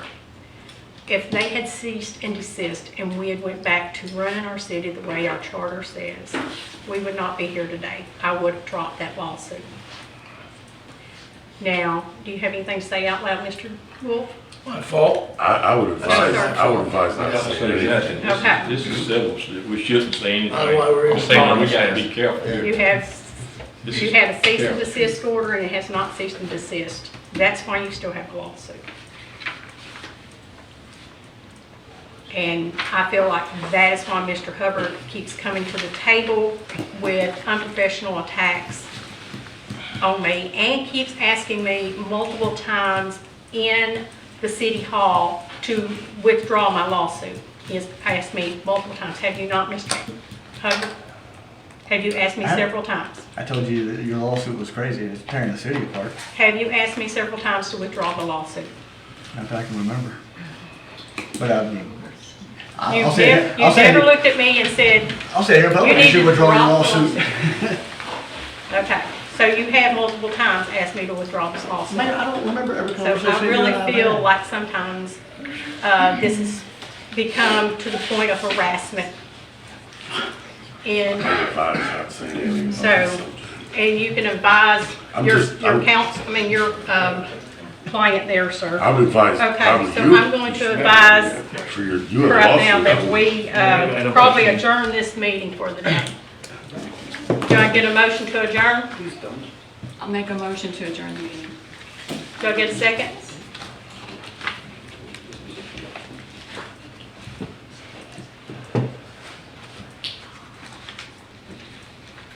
So I would really prefer not to adjourn this meeting, but I will not be coming to this table again being attacked by someone who is not even an employee here on paper, who is getting paid. Yeah, that's. So we need to let the lawsuit be the lawsuit and quit bringing it to the council, please. Mayor, can I make a comment, please? Go ahead, sir. Thank you. I just want to say, he's a big boy, he doesn't need to defend himself, he does a good job at it. The only thing is last meeting we had here, there was a citizen's request for him to give a timeline, and that's what he did. I understand what you're saying, okay, and there could be something to that or not, I don't know. But I do know that that's his opinion, what he wrote. If it needs to be changed or anything else, maybe you want to make your opinion. I don't think it's a big deal there. All he did was write down the way that he saw it, how it went down. So the timeline. And then we didn't even discuss that, and we got on to another agenda item. So I think we ought to stick to that and get through it. Well, the timeline was already discussed. Mhm. We're right And you now pass it on, at ma'am. the Carr Ingram, Briggs and Ingram, and the point of contact, and I think that's where we need to go back to. We need to keep Great. them, we need to stay on what we're supposed to be staying on here. And, people talking out of turn even after there's been asked point of order, people trying to answer questions when they don't have the floor. The back and forth needs to stop. You need to be following the Robert's Rules of Order. All of us. So we are going to move back to the Robert's Rules of Order. We're not going to talk when there's a point of order, and we're going to be called upon by the presiding officer before we start talking back and forth, because that's the way it's supposed to be. And we're all professionals here, and I find it very disappointing that this has moved into this today. So, the question at hand, as we have closed the citizens' comments, is the point of contact for the accounting firm. I have some reservations of only having one point of contact, just as has been discussed. I continue to have that same concern. I don't think we should just have one person as the point of contact. Mr. Smith. I think we need one city administrator, just like we have in the state. Mr. Welling. I agree. You agree what? Mr. Smith? One point of contact with maybe a provision to come back to the council and address it, that we don't have that point of contact. If we find out the city administrator can't answer the call, we come back to the council and we handle it. But I do agree that we all be CC'd on this communication so we know what's going on. I agree with you, Mr. Welling, that we all need to be on all communications. We're all responsible for our budget. We all need information as to anything that's being discussed between Mr. Hubbard and the accounting firm. The accounting firm is being hired by contract by us, and we need to know what's going on. So I would say that, there's not personally one point of contact, and there's open, good, transparent communication. And we hold Mr. Hubbard accountable for that. So, someone wants to make a motion of specific motion on how to proceed with Carr, Ingram, Riggs and Ingram, point of contact.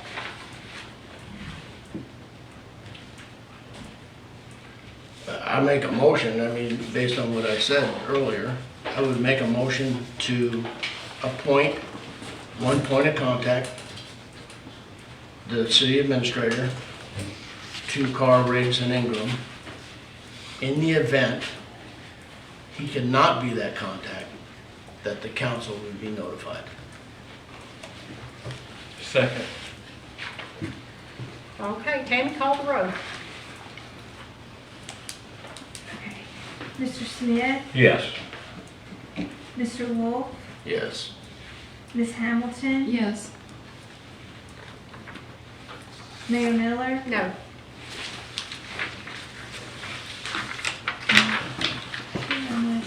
Mr. Wolf? Yes. Mr. Welly? Okay.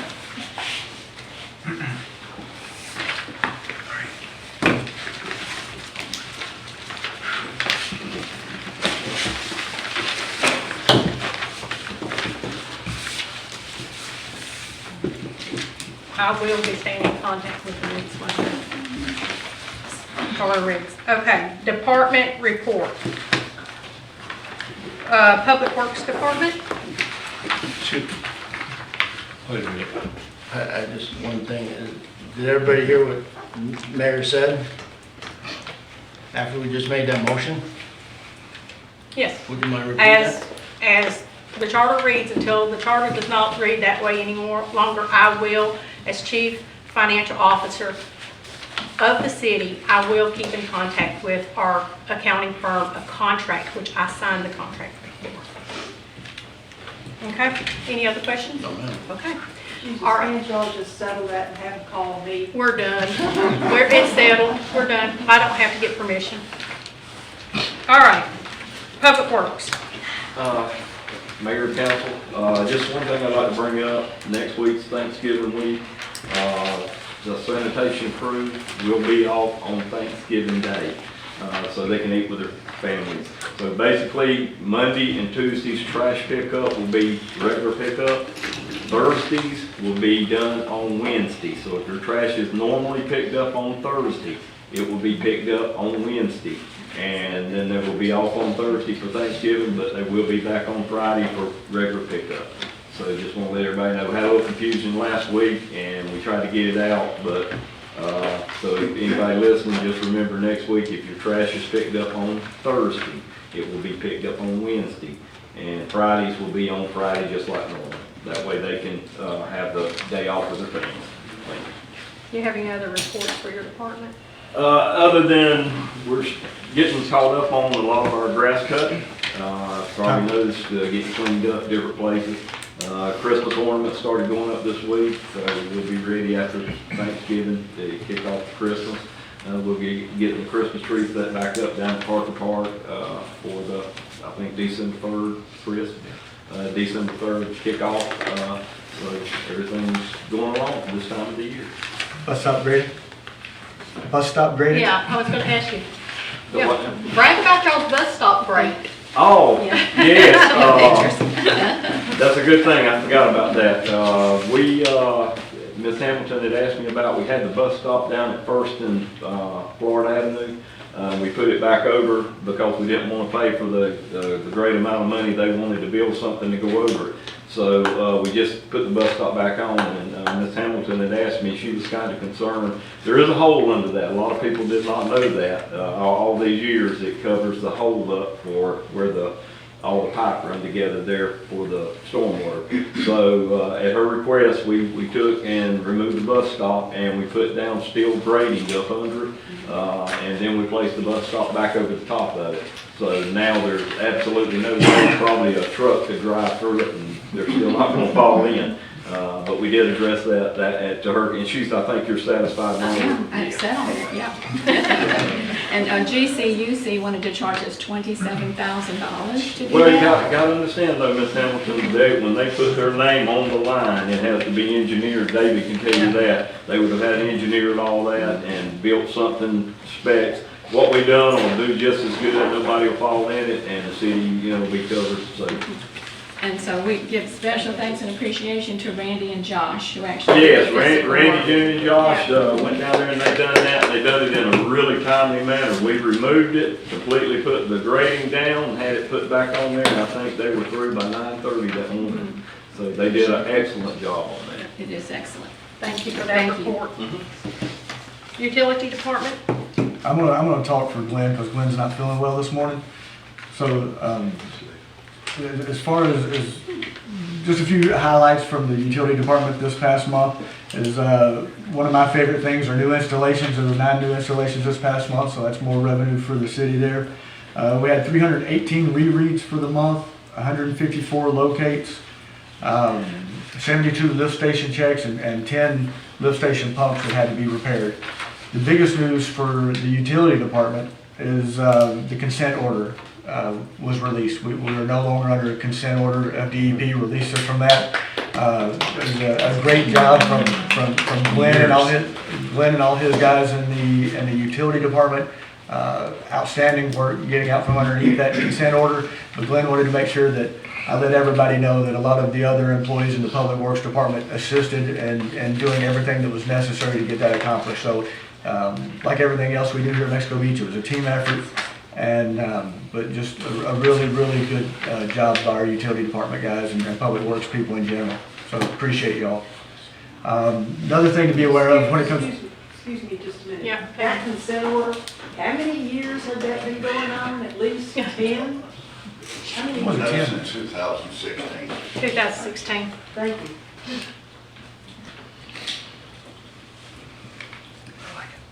Another thing in regards to the utility department, this, the citizens may see this. I know the fire department's been out testing their fire hydrants, but the utility department plans on blowing off a lot of water just to flush the system. So if you see a fire hydrant, exploding with water, out there, and our guys are standing around, that's why they're flushing the system out, making sure the water is circulated and clean and remains, where it needs to be as far as all the DEP safe water standards. So you'll see that start here in November. Okay. Fire department?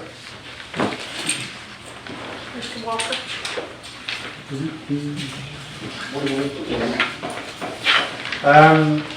we just go back to September real quick. We had the music in the park, thanks to everybody that was involved in that. By the time it was all done and dusted, between buying food and everything else, we came out with a profit of $2,906. That money has already been put to use during Fire Prevention Month in replacing batteries, checking smoke detectors, and putting up key boxes for those that asked for them. We do that year round, but we just make a point of telling everybody about it in Fire Prevention Month of October.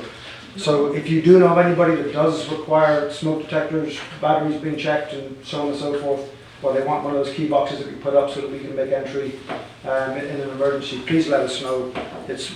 We do it year round.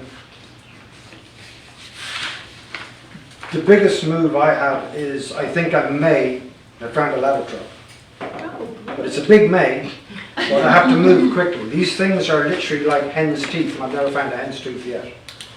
I was talking to the company that have it, and we will need to put down a 10% deposit. They're asking $400,000 for it. It basically is in extremely good condition. It's 2009. It basically ticks all the boxes for us. It's come from a small department up on the East Coast that is relatively lightly used for what it is. It's the right size for us. It will come with a 12-month warranty on drivetrain and so on and so forth. Not on the ladder, but it will be fully tested, both pump and ladder tested. What I do need to be able to do today, if possible, is to get agreement that we can put down a $40,000 deposit that is refundable if we decide not to go for the ladder once they sell it. Okay, so they would hold that $40,000 just with no penalty until they sell it if we decide not to go ahead with it. But just with the fact that I happen to be going away on Thursday, I do not want to miss the opportunity of getting a really good look at this truck and maybe bringing it down to Mexico Beach. I heard you over and didn't want me to close the meeting. I didn't want to either. I'm glad we did.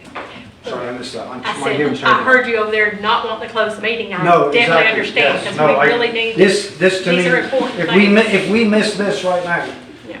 it could be, I don't know when I'll find another one. And that's, I'm literally, had you closed the meeting, I probably would have got up and said, can we just please do this? Because they are literally hen's teeth on that. And how much is this truck? I've talked to him, basically delivered, they're asking $400,000. There's a few things that they would do that we don't want done. Delivery, obviously, from where it is down here, it's going to come in just shy of $400,000. We have $500,000 in our state appropriations fund. The other $100,000 would then be basically to set up the truck, do any other things that we need to do to it, so the money is there to do all of that. It fits the budget that we have almost perfectly. Okay. And I think we would be wrong. I've only seen photographs of it, right? Okay, that's why I'm not saying we need to spend $400,000 today, but I don't want to miss the opportunity. The last one I found, somebody else had done exactly what I did. They had it on hold. We didn't get a look at it. Okay. So I said to him today that hopefully I'll be able to come back to him. So do I bring it to the table? if you'd like to. So quick discussion to the table for the ladder truck, the 40,000? 40,000, yes. Okay. I think Cindy has everything nicely organized, and it should be a go. Please get. Mr. Wolf? I'm good. Okay. You So go. we'll do a motion to approve Hubbard and Mr. Hubbard and Mr. Walker to work on getting the $40,000 deposit on the ladder truck. I'll make a motion to allow city staff to put a deposit down on the $400,000 fire truck. A second. Okay, can we call the roll? Okay, Mr. Smith? Yes. Ms. Hamilton? Yes. Mayor Miller? Yes. Mr. Wolf? Yes. Mr. Willie? Yes. You got your 40,000. Thank you. Okay. And just the other little hat that we wear, the Harbour Masters thing. Yes. Obviously this time of the year, as the weather changes, things slow down a little bit on that front. We did have a 5% increase on turnover from last year, which is going in the right direction. I haven't finished all the how would you put it, percentages for the whole year yet, but come December we'll have that. But we are up on last year. A little bit down on revenue at the slips, but way up on revenue at the boat ramp and obviously the boat wash as well. We are ahead in total between the three items this year and last year. So there's, and I'll explain then, why things have gone the way they've gone, what's been a good idea, what might need to be changed, and so on and so forth. But everything is good, how we managed to widen. Just one quick thing, thanks to Parks and Recs, we needed to widen one of the walkways on the, at the boat slip for the dive boat because it was a bit too narrow for them in their bottles. They did it again, just like we did with the grate, with in-house materials, had it done in a day. As always, good job done by all, and that's thanks to Tommy and his group. So it's a great thing for all our departments working together. Okay, Sheriff's Department.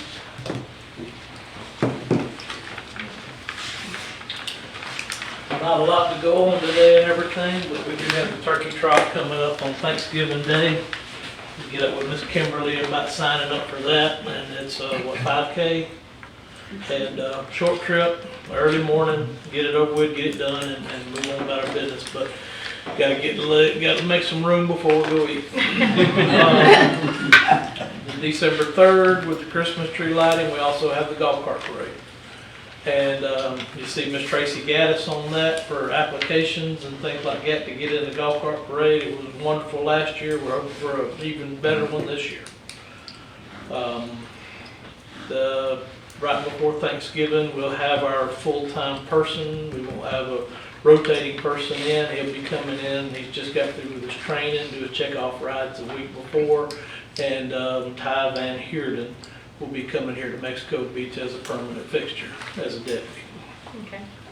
So who's right now there? You said he was... We've got one that rotates in from Okay. other shifts to cover Okay. contract and everything Gotcha. else, but he'll be permanent and he's local. Okay, good. Any questions? No. How's your department doing as far as tickets and speed? I wasn't prepared for the That's okay. meeting, but That's okay. we'll get I you a understand listing we'll- on everything. We'll make sure that happens every month. So, okay. Thank you for that reminder. If we can get those upcoming events posted on our website and also post on our Facebook, that would be nice too. So Ms. Gaddis can get some applications. Code enforcement? Code enforcement is currently working on, or has already corrected 40 lots here in Mexico Beach that have been overgrown, in addition to the signs. I know that's been the two biggest issues here lately. A few of the things I want to talk about when it comes to code enforcement is some of the other things that she does, because I think, code enforcement, historically, the most public thing about them has been signs and overgrown lots. But she does a lot more than just that. She goes out and approves fence permits, and so she has to go to the lots, she has to measure, she has to look at what's been proposed, so she approves the fence permits. She does special events permits, making sure that all the department heads receive a copy and sign off on it, make sure everything's okay. If there's a special master case, which there was one here recently, she attends those hearings, compiling all the information. She monitors our boat launch daily, checks vehicles for the annual sticker, makes sure they're paid. If they don't have the stickers, then she issues the citations, follows up with them to make sure that they pay.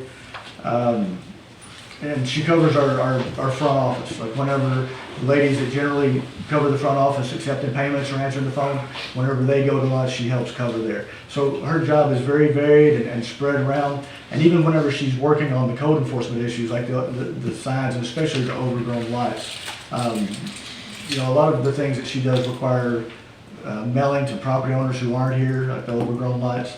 And then we mail certified, so that takes additional time. And if they come back, then we mail a second time before taking any action. One of the things I will let everybody know is that due to the visibility of the vacant lots, that I've already talked to her to keep me informed, on a regular basis of this issue. And anyone that doesn't comply within the allotted time, the city is going to go out and mow that lot and then just charge the homeowner. So we can try to get the city looking better. So that's all I have for code enforcement.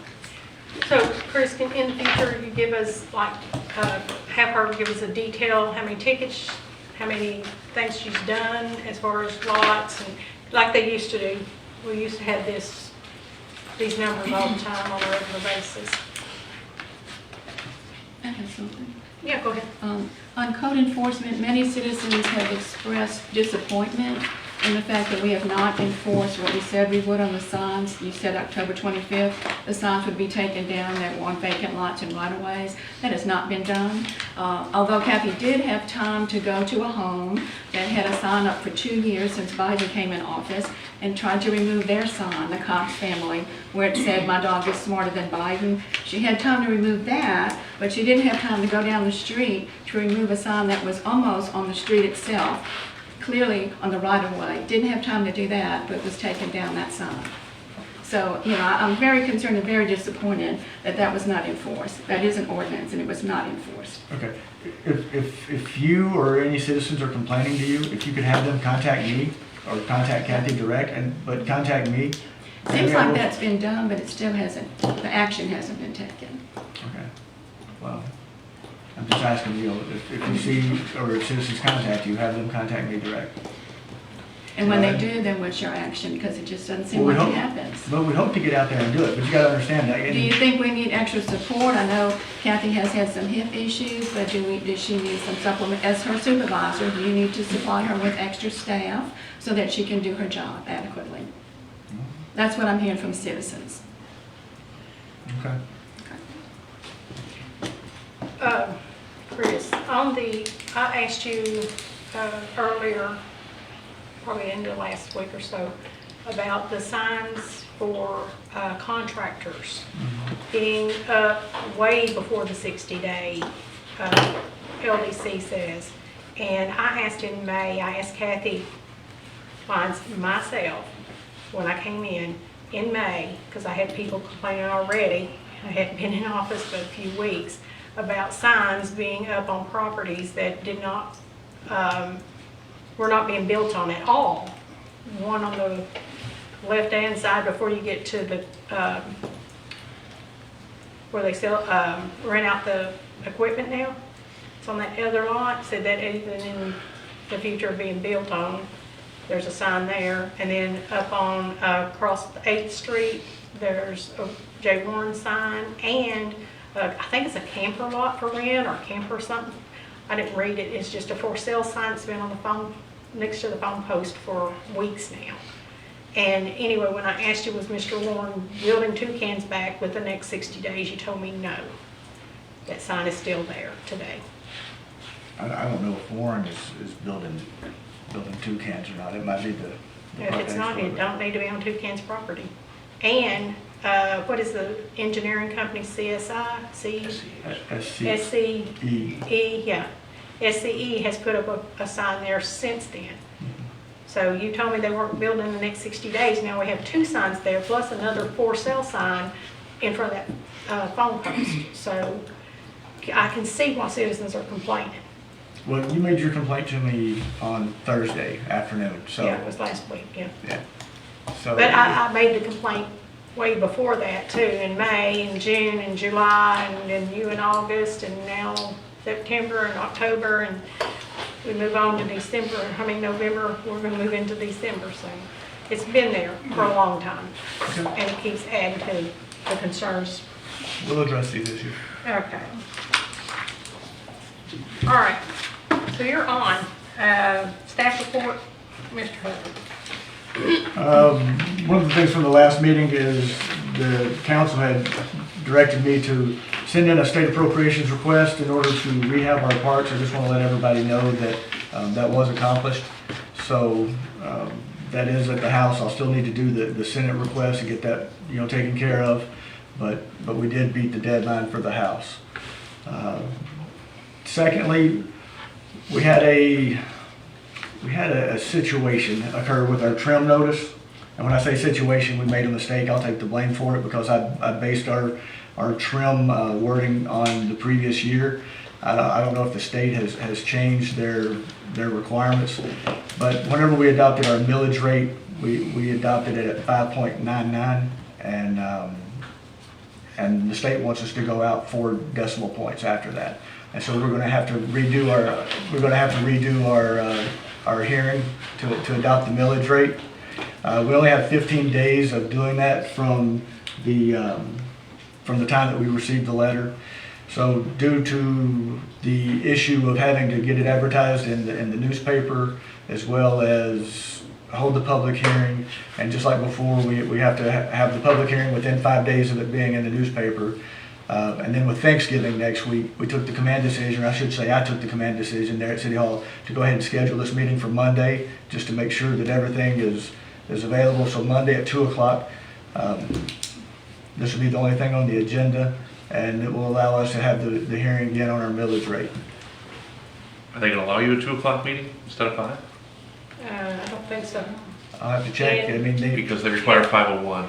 And we also require either 3 council or the mayor to call a special meeting. So that should have been communicated to me, and I would have definitely told you, yes, go ahead and call a special meeting, but that needs to be good communication between you and I, Chris. Okay. Okay. Monday's fine with me, but we ought to move to 5. All right. After 5. I know that that's the requirement Yeah, it is usually, so requirement. I bet they're During gonna. the regular one, I'm not sure about this one, they didn't mention that in the letter that I recall.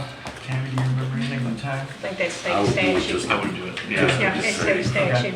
501 has to be after business hours.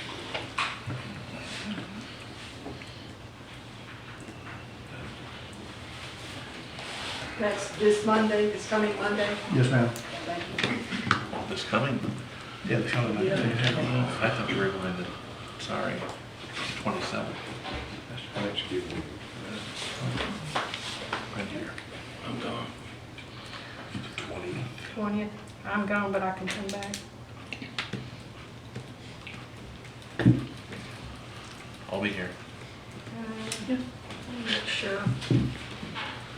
I mean, all it takes is 3, Yeah, and just like before, this is the only thing allowed to be on the agenda or discussed, so it shouldn't take but 2 minutes.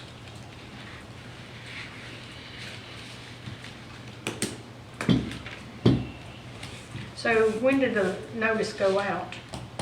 2 days ago? And it has to be 5 days? Yes, ma'am.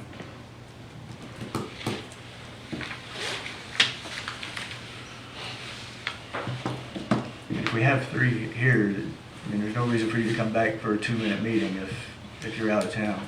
For as long as we have 3 other elected officials here.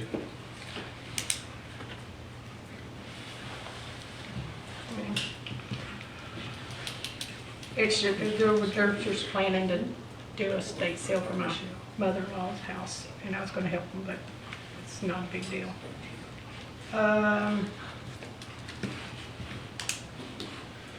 So we can't have it any sooner. We couldn't do it Friday, 17th. When's your ad running? I think the ad was gonna run on Friday. Run Because from you have 2 to Friday. 5, it's 2 to 5 days from the date of the ad.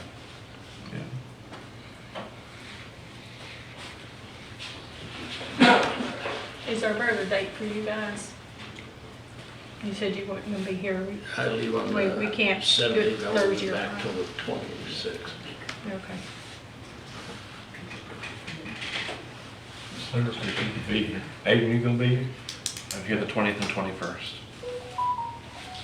Yeah.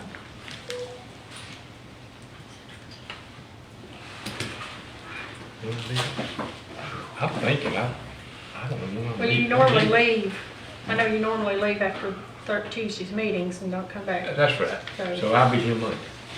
Okay. Yeah, thank you, Ms. Jones. Well. Glad you you keep won't up with be my here schedule. Monday. You won't be here You Monday. won't be here Monday. I won't be here Monday? If you're leaving now, don't come back to the next meeting on the 28th. You No, won't be here I'm Monday. gonna be here till Thanksgiving. You're gonna be here until Thanksgiving this Yes. time? Okay. Where's Tammy at? Have you kept his schedule up, Pam? Please. You need to do a little bit better job. Jerry, does it now Do we take kn- all 5, take care of you? It take one good one and she's not here. I'll be here. I'll be here Monday. I'll be here till, I'll be here. Miss Hamilton.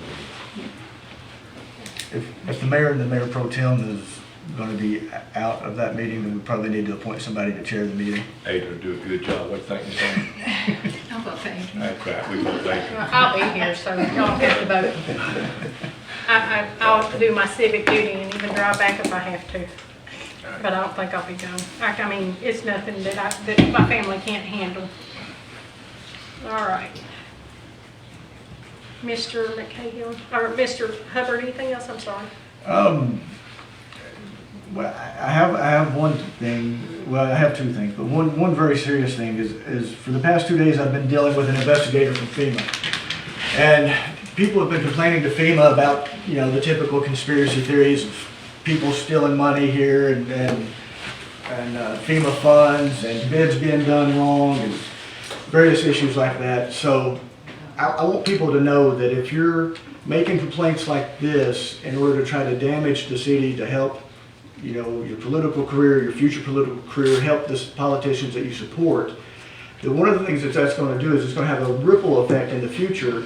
That if you're calling FEMA now and saying that, the city is misspending the money or misusing the money or money's turning up missing or we're, making people rich who shouldn't be, getting rich or not doing bids properly.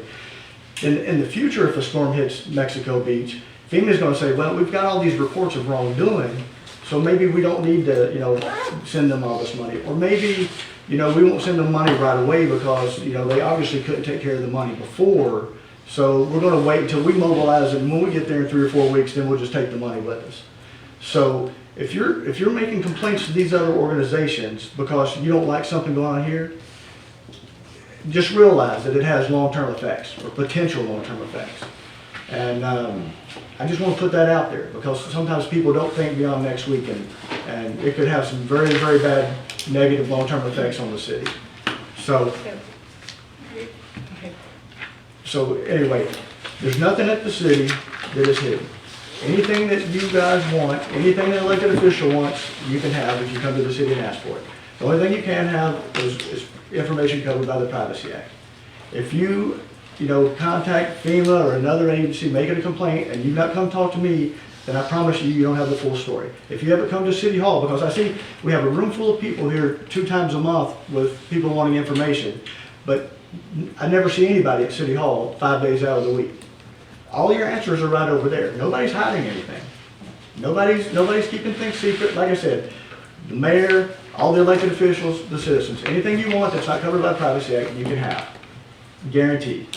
Guaranteed. If somebody tells you they can't give it to you, then come see me. I'll get it for you while you stand there and wait. I promise you. But before you make complaints against the city, think about the long-term repercussions, because it's possible. Okay. So Chris, is that an opinion or a fact? That if people complain that FEMA's gonna hold money, how do you get that justification? From talking to people. Would you give people, you personally, Okay. would you give money to people who stole money the last Point of time? order, please. Okay. I would like to say something. From now on, I think that you need to address the council first off. You don't address the citizens, okay? Secondly, that is another accusation in the undertones of it's very unprofessional, and I find this continuing over and over again, Mr. Hubbard, in your behaviors. And you and I had a discussion the other day, and I did tell you you're very arrogant, and you agreed with me that you're very arrogant. You cannot bring that arrogance to this table. You either be professional and don't bring stuff to this table that's controversial like that is your opinion, and keep talking about conspiracy theories, because there's no conspiracy theory that I know of. Now, I'm going to let Miss Linda address you, and I'll let you address her back. But we're going to do it in a proper format. Linda? I just feel like the comments you just made is a form of bullying the citizens. You're trying to say, if you complain too much, FEMA's going to hold the money for the next hurricane. You don't know that to be a fact. You're just pulling that out of your head as an opinion.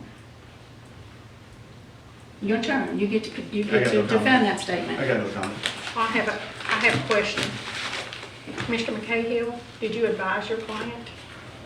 Excuse me? Did you advise your client Advise my client what? about this talking about FEMA? Just a yes or no. I was never asked by Okay. anybody. That's enough, okay.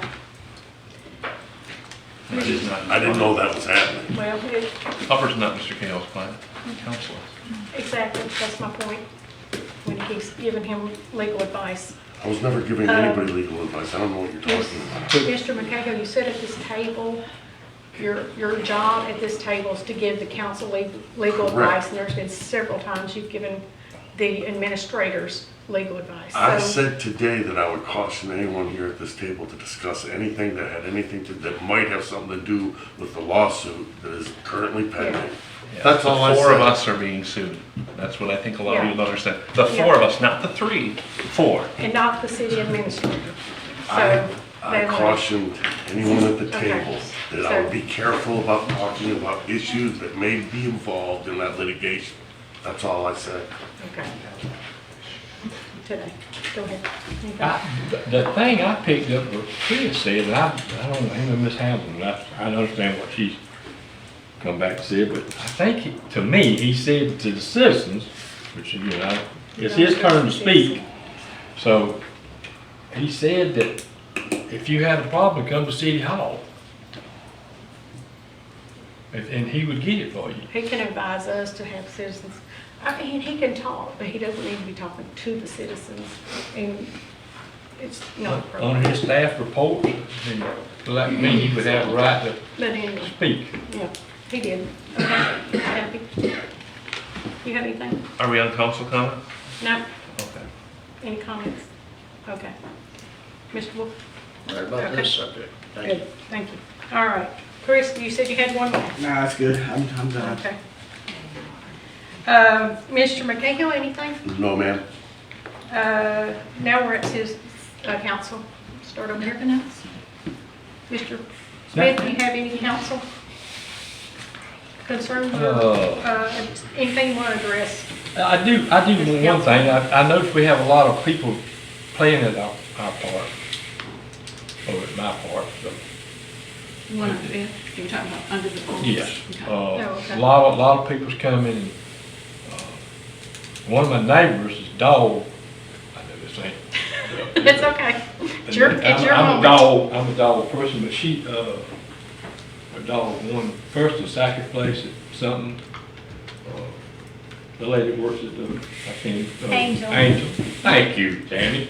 Angel dog won, so, to me, that's an achievement, because we have a dog now that's really moving forward.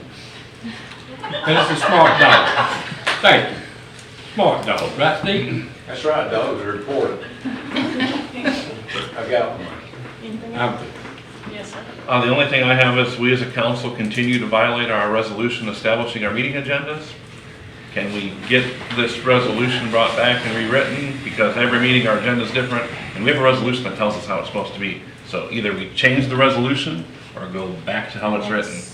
That should have been on this actual meeting, because we talked about it last time, we gave direction, but. That's my only, yes, I'm like, keep it on the forefront, Yep. that we continue to There's violate this. Several things that we need to bring to the forefront. Yeah, again, molding mats. We need to place them. That's on the list too. Place them, we have them. Well, we have to get DEP permits. I spoke to Dewberry probably a couple months ago, and then with the RFQs and Dewberry not responding, the permit applications never went anywhere. So whenever we hire another engineering firm, then we'll move forward with that. Believe me, there's a lot of engineering tasks that we need to have accomplished right now. When did your contract end? December 4th. Okay, so why are they not responding? Well, that's not 100% true. I've worked on these moving mat issues when Michael was here. Tim Linderman was trying to get them done.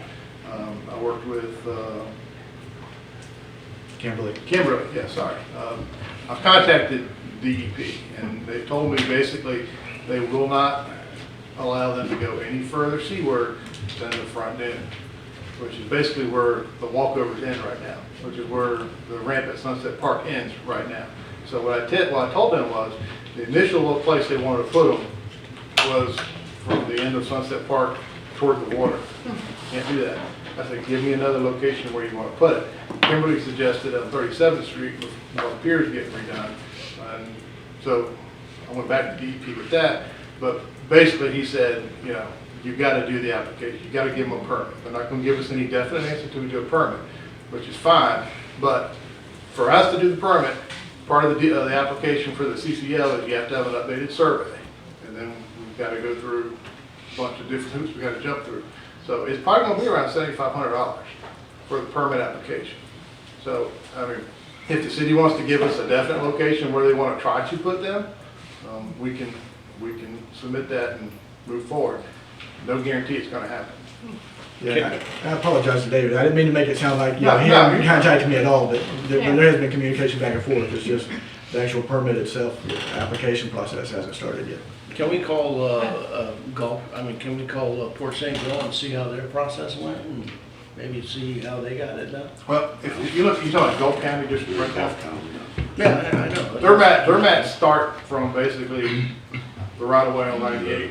They don't go any further seaward than that dune, which is exactly where the walkover to Mexico Beach end right now. So you probably wouldn't have needed a permit for that. Well, I'm not gonna say what they did or didn't do, but they probably just put them out there.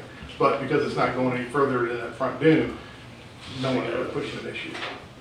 And on top of that, the CCL line, the way it cuts through Mexico Beach is basically it's on the north side of 98.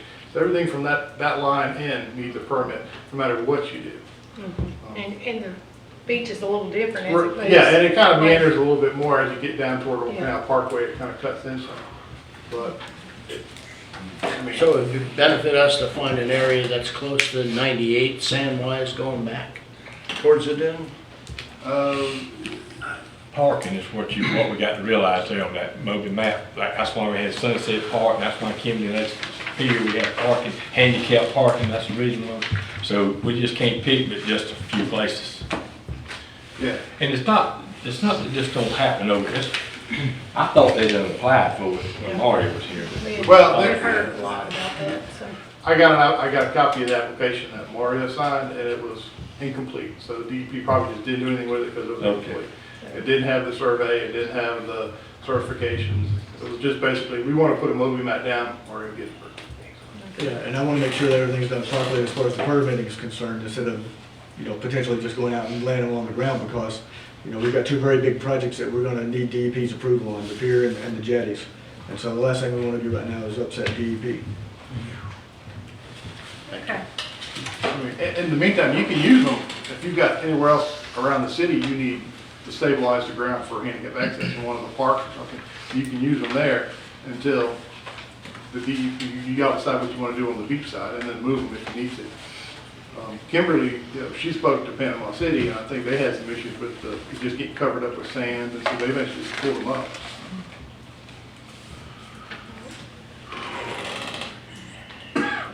So we have spoken about things that are kind of like old business that's not being kept up with. I went back since I've been mayor and looked at all the agendas since, and I have 50 items that have been brought up that have not gone into fruition of doing anything. So I'll be bringing those items to the council, just so we can start learning to keep up with and not let these things die. Because, you know, we have several times have directed our city administrator, whether it was previous or current, and to do something. You know, those 50 items didn't all come from Chris. That, you know, just kind of like fell off the radar. So when we redo the Well, that resolution allows any of us to add to the agenda, so we can hold ourselves responsible to follow up on that. Yeah, well, we need to also, maybe it would help if we changed our agenda to have an item of old business so we can keep up with that, and Tammy could keep it on that until that falls off. And that's most of the way Robert's Rule agendas usually run. You have old business, new business. So anything else, Mr. Wolf? You good? Thank you. Okay. So I want to move to some good news and some positive here under my mayor's comments. You know, back in June, I think it's June. No, it may have been, yeah, I think it's June. Anyway, I went and spoke with Jay Trumbull and Griff Griffiths and asked them to do us a JLAC letter for an audit. And they turned me down.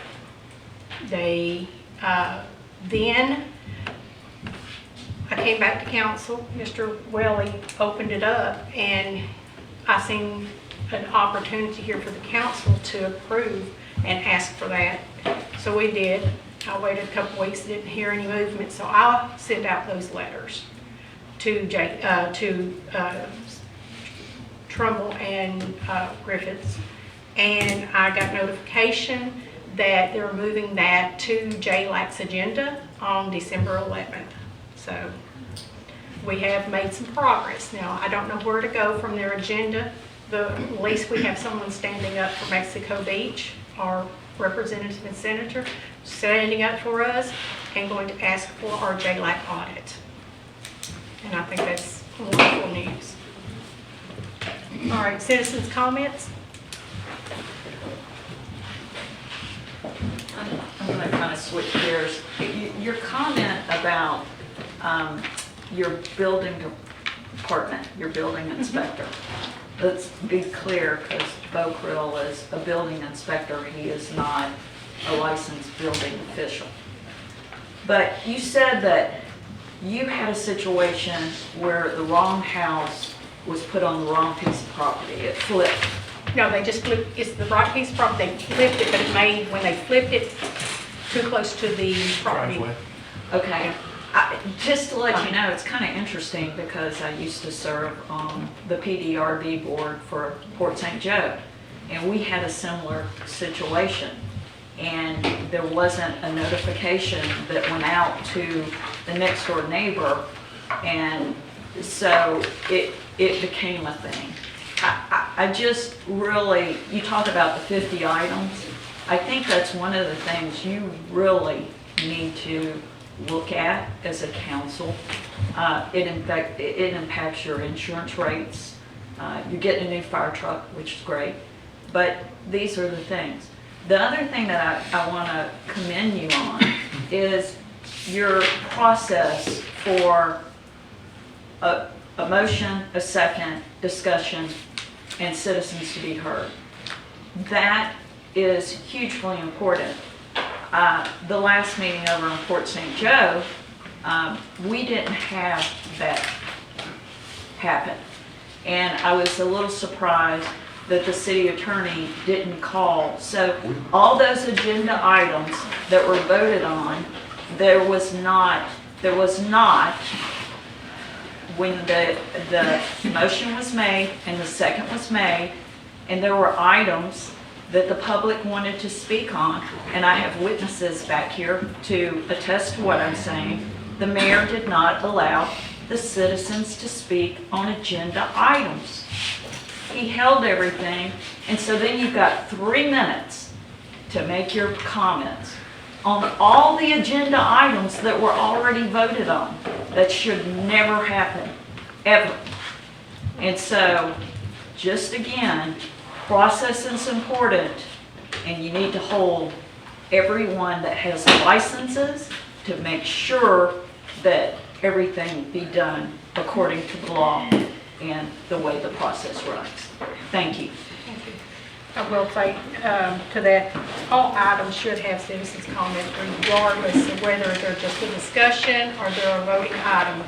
So hopefully in the future, if we don't have it on paper, I'll just make sure that I write it down so I don't forget to reach out. And that's not Robert's rules, that's our rule, right?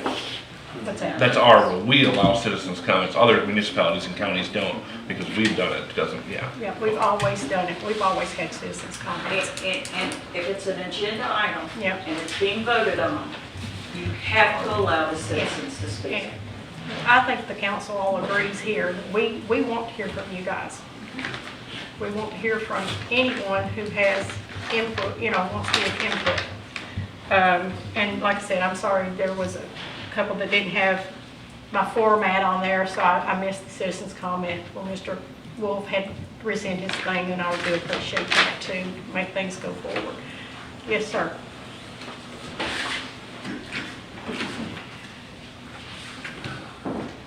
Bill Hamilton, 212 Howard 98. 2 items. One, several months ago, the council approved putting in a sound system for all the council members on the podium. I've missed along with this meeting already. Yeah. And I do have fresh batteries in my hearing aids. It seems like it's taking an extraordinary amount of time. It's not like they're doing an IMAX theater. There's light power underneath them, trying to push them to completion. The reason why it's not been installed yet is because the Bay County IT department recommended against it. They're scared that because of this room being so small, to not do the microphones. We start off with speakers, in the back. Yeah. And that way, the people in the rear of the room can hear through the speakers. People in the front of the room should be able to hear us speak. But, we're coordinating all this with Bay IT, so, I'll contact them again and we'll see if we can get the speakers up. But they recommended against the microphones because they're afraid that in this small of a room, the microphones would create an echo effect on tape and people wouldn't be able to hear it properly. So instead of staying still, or try to find a solution. Well, I'll contact them again. And we'll go forward from there. And that was one of my 50 items. Number two, and this is not a conspiracy theory or anything like that, but just have a nagging suspicion and like a clarification that the city and taxpayers are not subsidizing some of these developments. And like the accountability of the income of the impact fees that have been collected and how they've been spent. So it should be neutral, so the citizens don't have to subsidize a lot of these developments going on. It shouldn't be that difficult to go public with it and put a lot of people at risk on what's really going on. Thanks. I was just saying, I'm gonna answer that, I don't know if I'm allowed to. Yeah, go ahead. I think it's easy to run a report on that, and you're gonna see that we have grossly not spent that money. No, We have a lot sitting. yeah, that's something to discuss at this coming budget year. Yeah. And like I said, I'm sorry. No, go ahead. But, as I mentioned, I printed off every bank statement since this past April. So if the citizens think there's anything suspicious going on, money spent where it shouldn't be, I'll give you copies of the bank statements. Like I said, you can see everything that's came out of every account that the city has going back to April. I'll just need time to blacken out the account numbers. You're more than welcome to it. It's all public record. Yeah. Steve Cox, Charles Corner. The old 22 audit that's been the bone of contention among taxpayers and council and delays. I'm not an attorney, I'm certainly not an accountant, but it would seem to me that the state requires that I understand it, that we have our financial house in order and our stuff to the auditor by June 30th, which seems to me a long time. Could the city not do something ordinance-wise to say we keep our ship in line? And I'm saying this just from what can happen when an election happens in April. That if we've got from October 1st till April 1st, the city should have their house in order enough that we get in way ahead of the time. We're not talking about a $400 million budget. We're talking about a $4 or $5, $6 million budget. So it would seem to me if we've got our financial ducks in a row, we should be able to get our stuff to the auditor in less than 6 months. And I say that not to be inflammatory toward anyone, current, previous, or future. But I just think as a citizen, we would expect that we have to keep our finances in more order than that, and we would challenge the council to do the same. And I would just say this goes back a long time, back to when I left. I didn't have the 18 done on time because I had left and I was busy dealing with a hurricane. So then there was 3 clerks after me that didn't do a single audit, and then we split the position, and it was a lot of catch up that happened. So I think once we're caught up, that'll be the plan. Understand, but just for peace. Hey, but I'm taking part of the blame. I'm taking part of the blame, so 18 was me. If you go back and look in the minutes, the first meeting of February was when our auditing company, James Moore, came to the city council to do their presentation for the fiscal year 21 budget. So, that tells you that everything was running late, like Mr. Willie said, because of the hurricane. I understand, but I'm just talking, you can't really, you've got to kind of get your house in order so it never happens again. Hopefully that's what I think this council's done a good job to push forward and ask for the CPA firm versus an individual. And, you know, we will probably move to an individual in the future, you know, in-house, full-time, like Mr. Welly has mentioned several times. But right now, we need this to get caught up, and I think we're in the right direction based on, you know, the council here. All right, any other citizens' comments? Okay. So upcoming meetings, I'll close the citizens' comments. Upcoming meetings is city council meeting, of course, next Monday at 5:01. And then the next one is November 28th at 6 p.m. And then the following, last one for December in the year will be Tuesday, December 12th at 9 a.m. So, any questions? Okay, I'm going to move to adjourn. To adjourn. We are adjourned. Thank you.